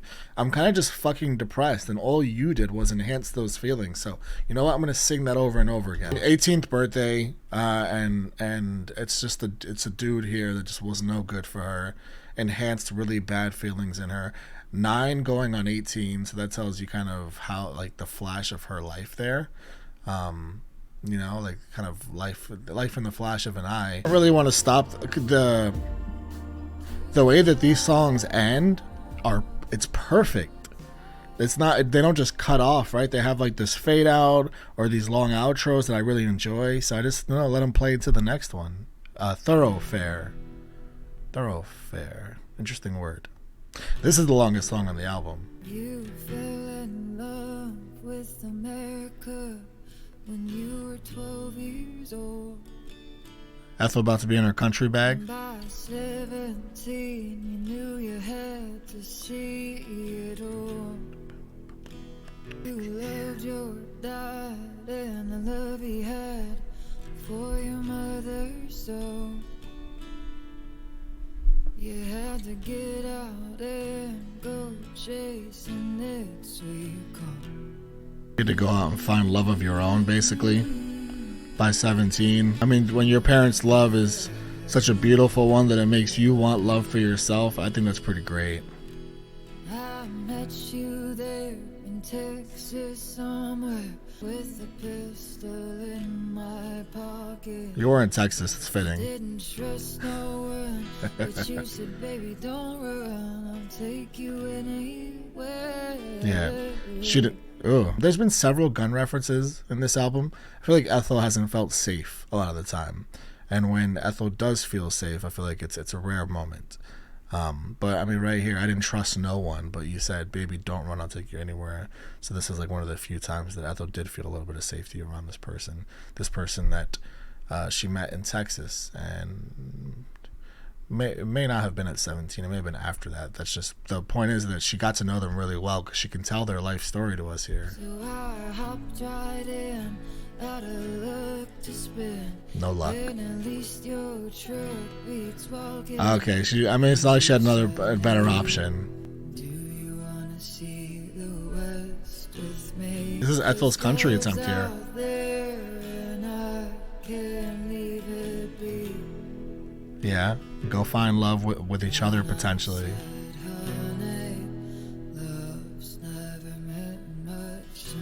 I'm not into it in the way that you are. In these motel rooms, I started to see you differently. Uh-oh. She's catching feelings. For the first time since I was a child, I could see a man who wasn't angry. And he said it's been a long damn time since I left Florida. No one left to lead and no one left to love. But now that I met you, I finally know just where I'm headed. Tell that story. Tell us this story. Go ahead. We found heaven and time with your western sunshine met my deep southern wet. And you got lost in it, and yet you found yourself hard pressed for it and sweating. You said, Okay. Wanna see the West with me?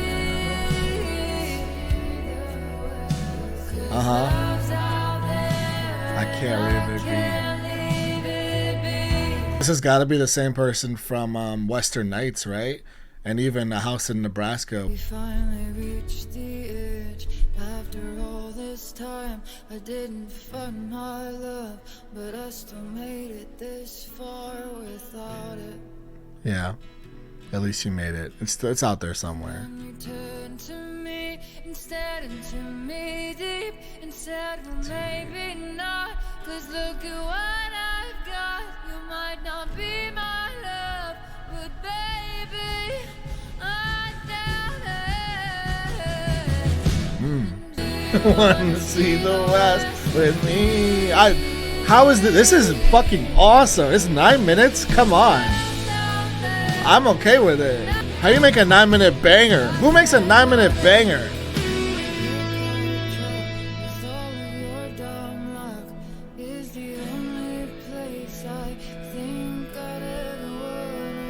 She does say it's the only place she wants to be really is with him, even though originally she was like love's never meant much to me, but you know, hey, it beats walking. I love that, by the way. I love that start to the whole story.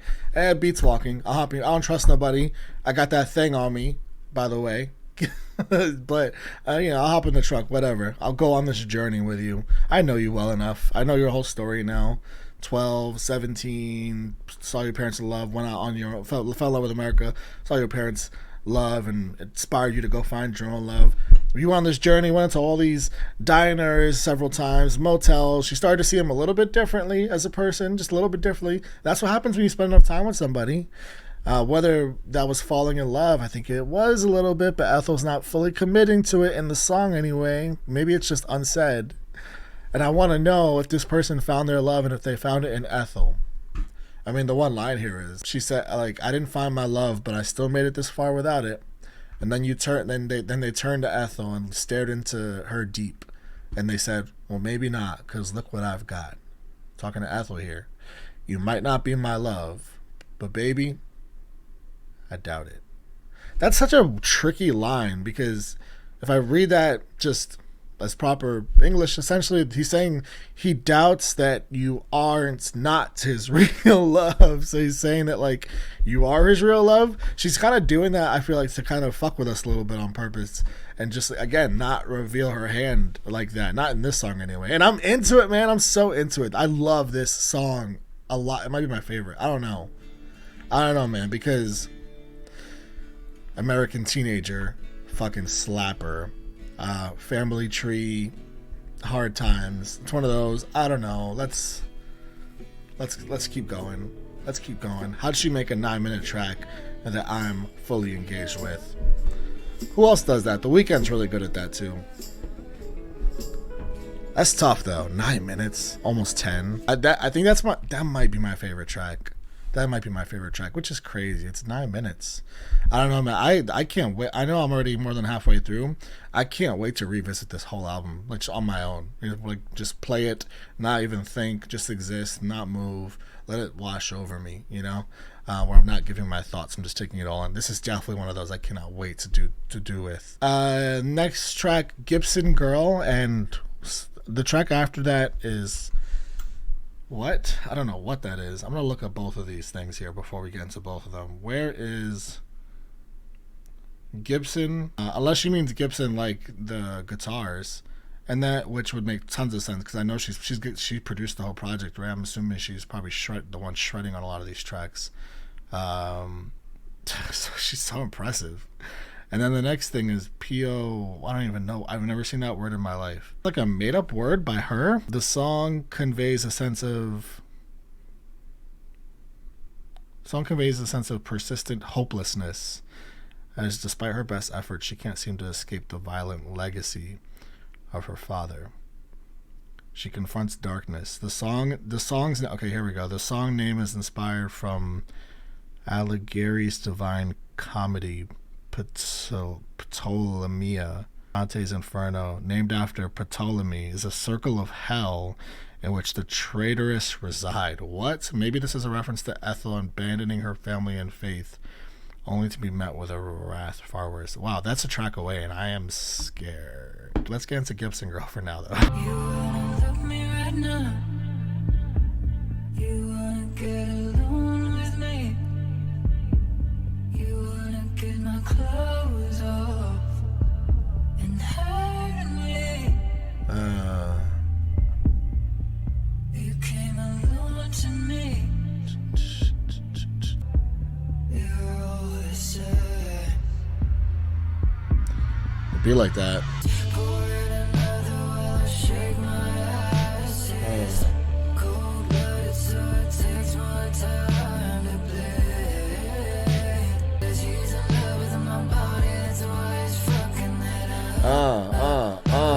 be shaking my ass to this. Hold up.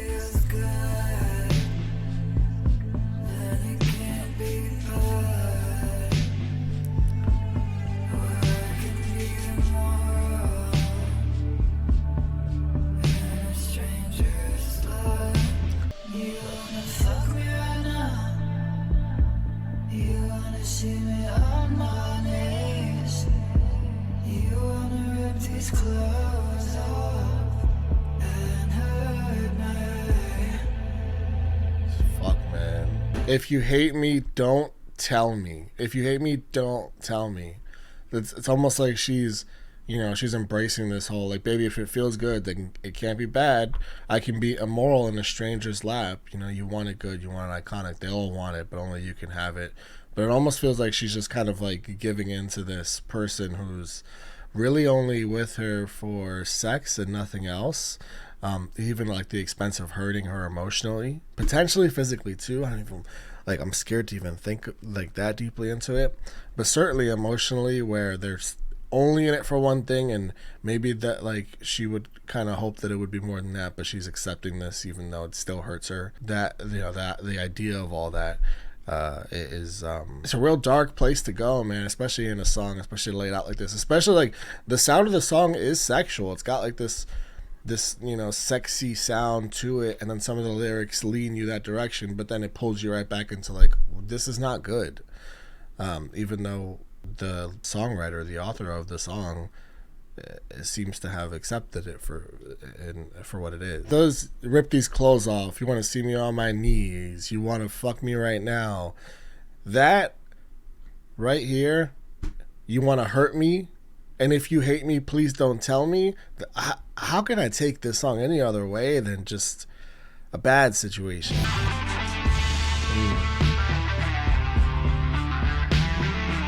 That's the Gibson girl right there. It's big, like 90s film score vibes, like 90s film soundtrack vibes. Like, if you ever seen Basketball Diaries, my goodness, this whole song reminds me of Basketball Diaries, Leo DiCaprio. This dark, tinted 90s view of film. Yeah, let's let it play right into however you say that. Track 9, inspired by Dante's Inferno, Circle of Hell, in which the traitorous reside.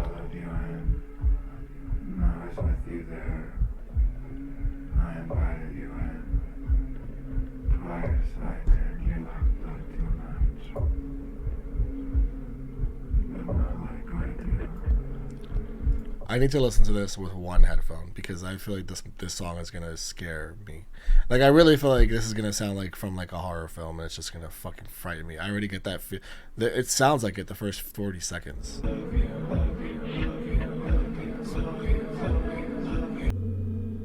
I feel like a demon's gonna fucking pop up behind me. I hate that feeling.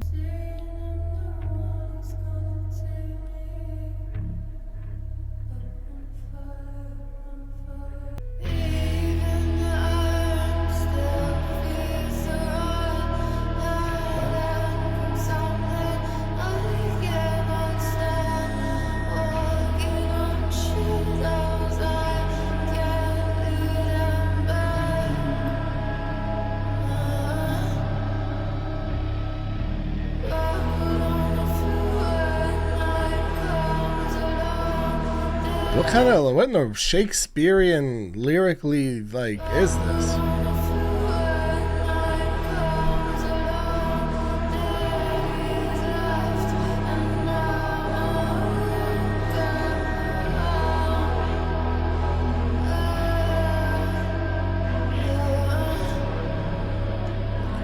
All right, let's try and see what's up with some of these lyrics. Saying I'm the one, he's gonna take me, I'm on fire, I'm on fire.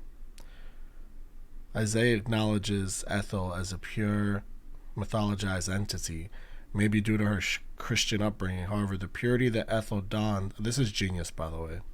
However, the purity that Ethel dons is fallible, and Isaiah is entranced by this. Religiously, saints and prophets have been martyred and have suffered cruel deaths, and it is alluded that Ethel herself will fall under the same fate. Suffering is nigh, drawing to me, calling me the one, I'm the white light, beautiful, fine. Okay, wow. The next line, even the iron still fears the rot, hiding from something I cannot stop, could be referring to the threat of religion, and how because she is a preacher's daughter, she cannot escape her family and the associated religious guilt, in the same way that Jesus can always reject his father, but he cannot escape his mother's blood. So that would be the hiding from something I cannot stop. That would be that even the iron still fears the rot. That in itself being the threat of religion. Daddy's left and mama won't come home, which is the line we're on right now. In the preacher's daughter storyline, Joseph and Vera Cain are Ethel's parents. Joseph being the preacher and Vera being the titular preacher's wife of Cain's upcoming album. Ethel has decided to run away from home with Isaiah, and in her state of drug-induced delusion, she's referring to Isaiah as her father. Because she's under the influence, she's referring to Isaiah as the dude that she's referenced several times in this album, I'm guessing, which I didn't realize until these genius annotations. But now she's so high, she's referring to Isaiah as her father. He's left her in the basement, and her confusion as to where her mother has gone proves to the listener that Ethel is really losing a grip on her sense of reality. She does not know where she is and is looking for her parents, when in reality, the only person that can save her is Isaiah, and he's not going to do that. And that's the daddy's left, mama won't come home. Walking on shadows, I can't lead him back, buckled on the floor when night comes along. I feel like there's no translation for the buckled on the floor part here, but I assume that's the part where we're kind of under the influence here. You poor thing, sweet morning lamb, there's nothing you can do, it's already been done. And none of these annotations have been reviewed, by the way. Biblically, but I think because of how, like, the biblical reference specifically, I kind of need a hand here. Biblically, Isaiah is a prophet who arrives to redeem those of their sins. Ethel is sacrifice, a proxy to atone. It is unclear whose sins Isaiah is alleviating through this perverse divine punishment. However, his intentions become clear through this dizzying track, to not only us, but to Ethel too. Sweet morning lamb, there's nothing you can do, it's already been done.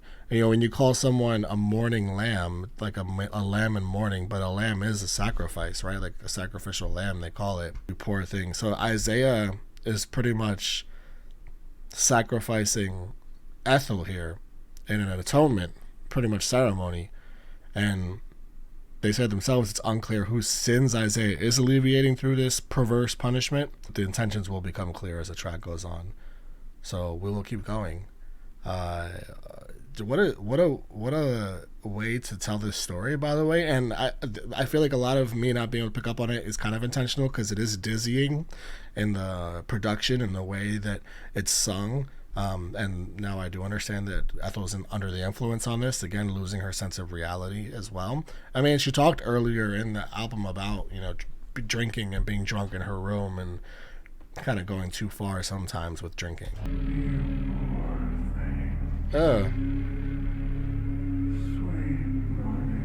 Oh, I don't like that.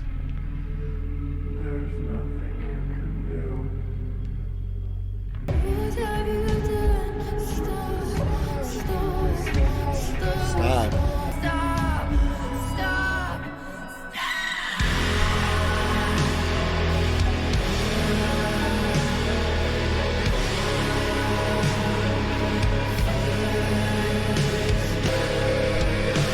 Okay, I feel like we just lived through the sacrifice part, through the atonement part specifically, and Ethel got put through that by this Isaiah. And I felt every bit of that in the production, in the screams by Ethel, and we kind of went full rock there, and which is really interesting because I've already mentioned how we've gone folk, we've gone country, we've gone singer-songwriter. Ethel's just even like pop folk. Ethel's covered so many different genres on this track, and this is like the most different sounding track out of all of them, I feel like, but still super cohesive within the rest of the album. But yeah, we definitely just felt every bit of that atonement, and I'm gonna look at the potential meaning, perhaps even beyond what I just interpreted, which is already scary enough. The stop is her fight is over. She is succumbing to Isaiah's abuse. Because that last stop sort of is drowned out, and that's her succumbing to the abuse. I gotta read the interpretation of I am the face of love's rage. This is incredibly poignant.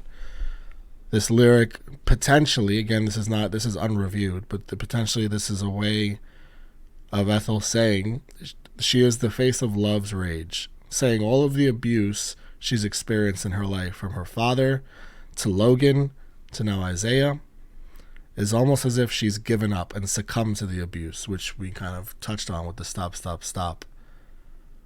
She's almost as if she's given up and succumbed to the abuse she's endured, reflecting that she is nothing more than her abuse and trauma. That's her just being the face of love's rage. That's her saying she's nothing more than the abuse and trauma.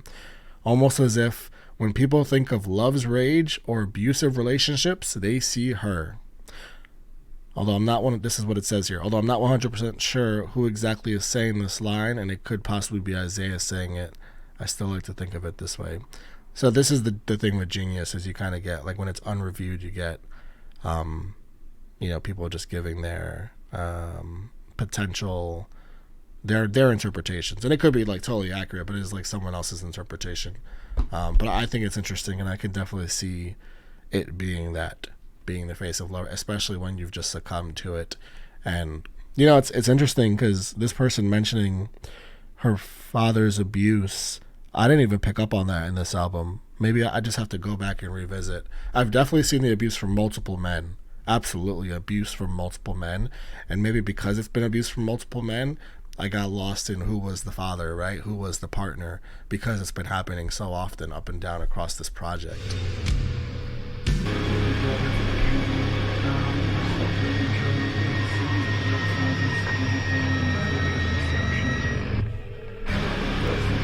Oh, is Ethel Cain like a religious figure?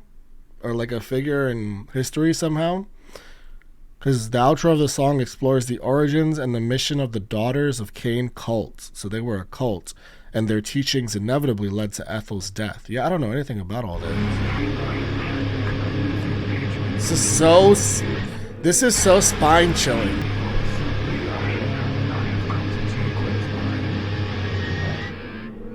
This is her father, right? Promised to me by a man who can only feel hatred and contempt towards you, because this is still Isaiah speaking to her, and I think he's talking about her father here, because you're promised to me by a man who your father can only feel hatred and contempt towards you, because you left your religion, and this was a generally abusive person to you as well.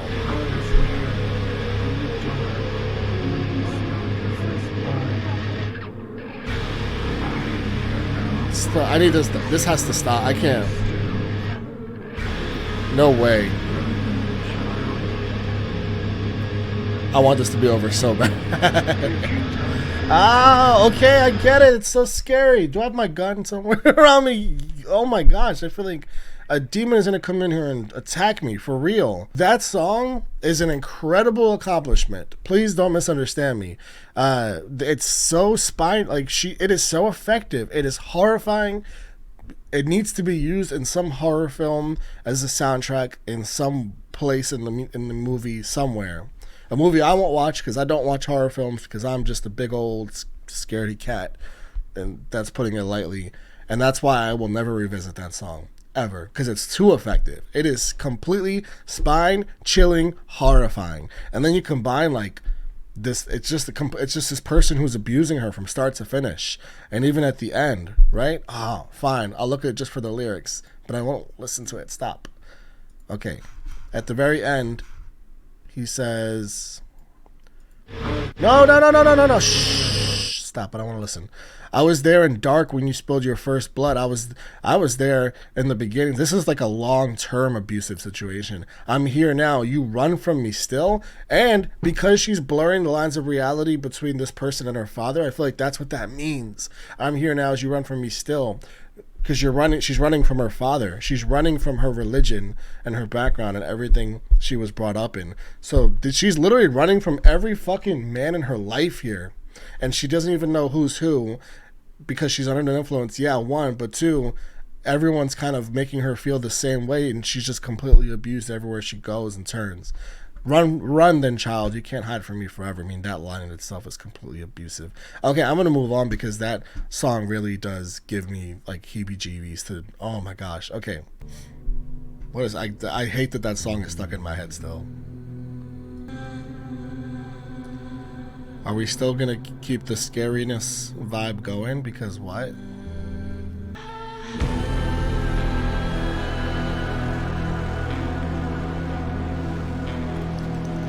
Why are we still scaring me? You know what makes it doubly effective is thinking of the last song and thinking of the lyrics in the last song and what it's all about. And then to follow it up with this, I feel like I'm still in the world of the last song.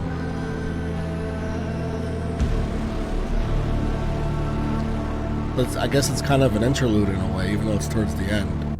I would still listen to this one though. Like, I wouldn't skip it in the car. Track 9, whatever, however you say that, that's getting skipped every time. I don't care. I'll never have the balls to listen to that song again. Shout out to Ethel. She did it. She did her thing. She did it. She scared me. She scared me not just with the sound, even with her trauma. So effective, the writing on that song. Telling the story through religion, even though a lot of it's about running away from religion. Incredibly intelligent, man. So yeah, we have like a musical piece follow-up to track. It's definitely like a follow-up to track 9. Just keeps you in the mood. Track 11, Televangelism.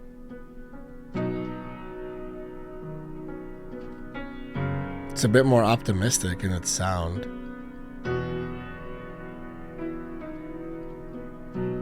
A lot more optimistic. I feel like we're getting away from the feeling of the last two. Did she just do musical pieces to close the album? That's so unique. I love this.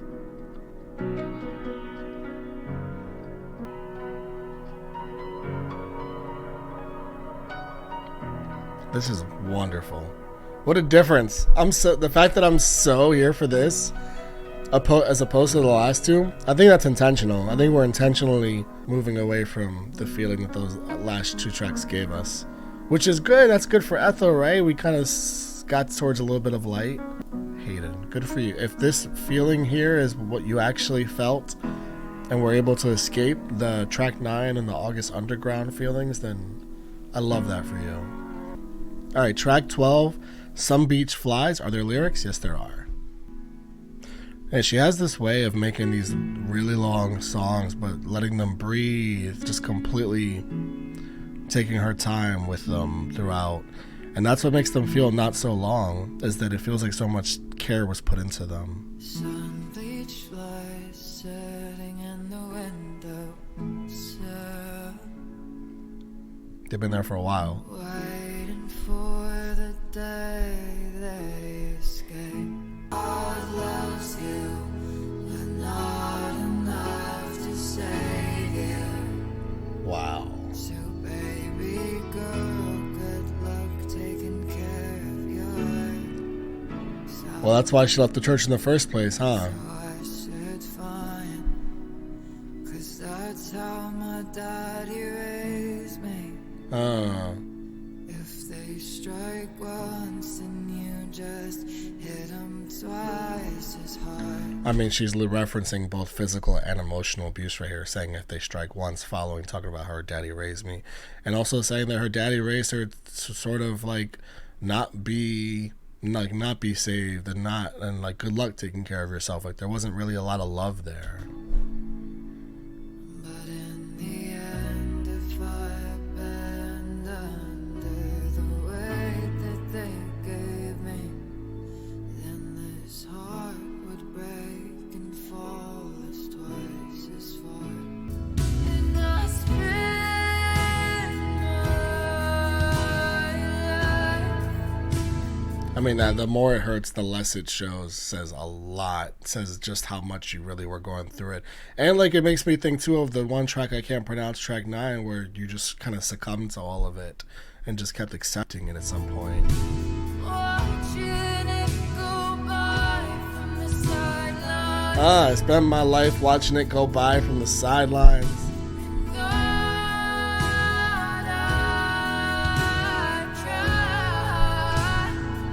What an album, man. What an album.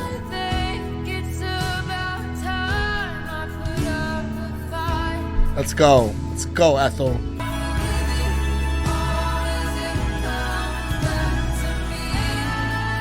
Wow. I forgive it all as it comes. Oh, man. That's so real, because true trauma, a lot of that shit just escapes you and comes back to you. And as it comes back to her, because it's real true trauma, she's forgiving it as it does come out. It's unbelievable writing. And to make it all a melody, too.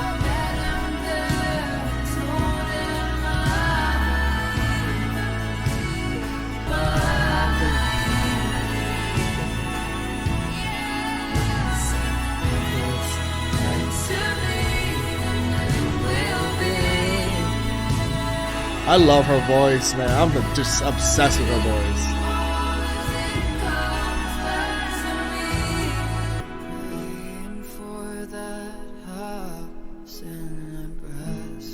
I hope you find that home. Dancing with the windows open, I can't let go. When something's broken, it's all I know, and it's all I want. I don't know. What else am I supposed to say? I get the hype. Aren't we lucky? Like, we have songwriters like this right now. How lucky are we? Songwriters like this. Songwriters like Noah Kahan, however you say his name. Songwriters like Hayden and Noah. Unbelievable. How lucky we are. Gracie Abrams, Lizzie McAlpine, so on and so forth, man. There's so many of these talented ass songwriters. Incredible track. One of my favorites on the whole project. Let's close it out with Strangers, guys. I tried to be good, am I no good? Am I no good? Am I no good? With my memory restricted to a Polaroid and evidence. And I be yours, just tell me I'm yours. If I'm turning in your stomach and I'm making you feel sick. I mean, the all over the project, she's dealt with this self-doubt. She's dealt with this abuse, right? And this abuse would lead to just completely questioning your self-worth, and if you're good enough for this person that you actually do find that you like have a real interest in. The amount of doubt, insecurity that living this kind of life would sow into you. That's so pretty. My mother sees me on the side of a milk carton, and when Dixie's dairy off, No. she'll cry and wait up for me. I know God with my memory restricted to a Polaroid and evidence. I love that line because she's referenced again losing memory of certain things, and when it comes back to her, she has to make her choices. Like, okay, I'll forgive as it comes back to me. Also, when you're so like in your own head in moments, like she's in her own head so extremely with this other person because of the self-doubt, because of the insecurity she's had as a result of like this life of abuse, you often forget the moment. Like, you're not present. So when the moment passes later on, you kind of forget about that moment because you were so in your own head. So she can't really know the answer if she was good or not, in her own words, because she was so in her own head that they take Polaroid pictures together, which is cute. And no hate, I'm into that. And all she can do is go back to the Polaroid picture and analyze probably the fuck out of that Polaroid photo. Like, man, do they look happy in this photo? Do I look happy? Does everything look good? Like, was this a good moment? I don't remember, but I really got to analyze this Polaroid, and that's all I have to really decide if that moment it was up to par or not for what I had expected it to be.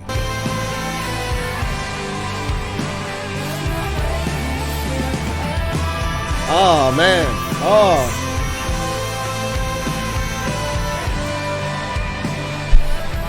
just keep repeating that line to further, like, yeah, we're insecure here, man. Abuse does this to us. This is awesome. This is awesome. It's fucking sad, but it's awesome. Phoned you just to tell you that I made it real far, and that I never blamed you for loving me the way you did while we were torn apart. Now it's too late with you there. For her dad? She's talking to her dad here? Don't think about it too hard, you'll never sleep a wink at night. Her mom. Don't worry about me and these green eyes. Her mom. Mama, just know that I love you. Her mom.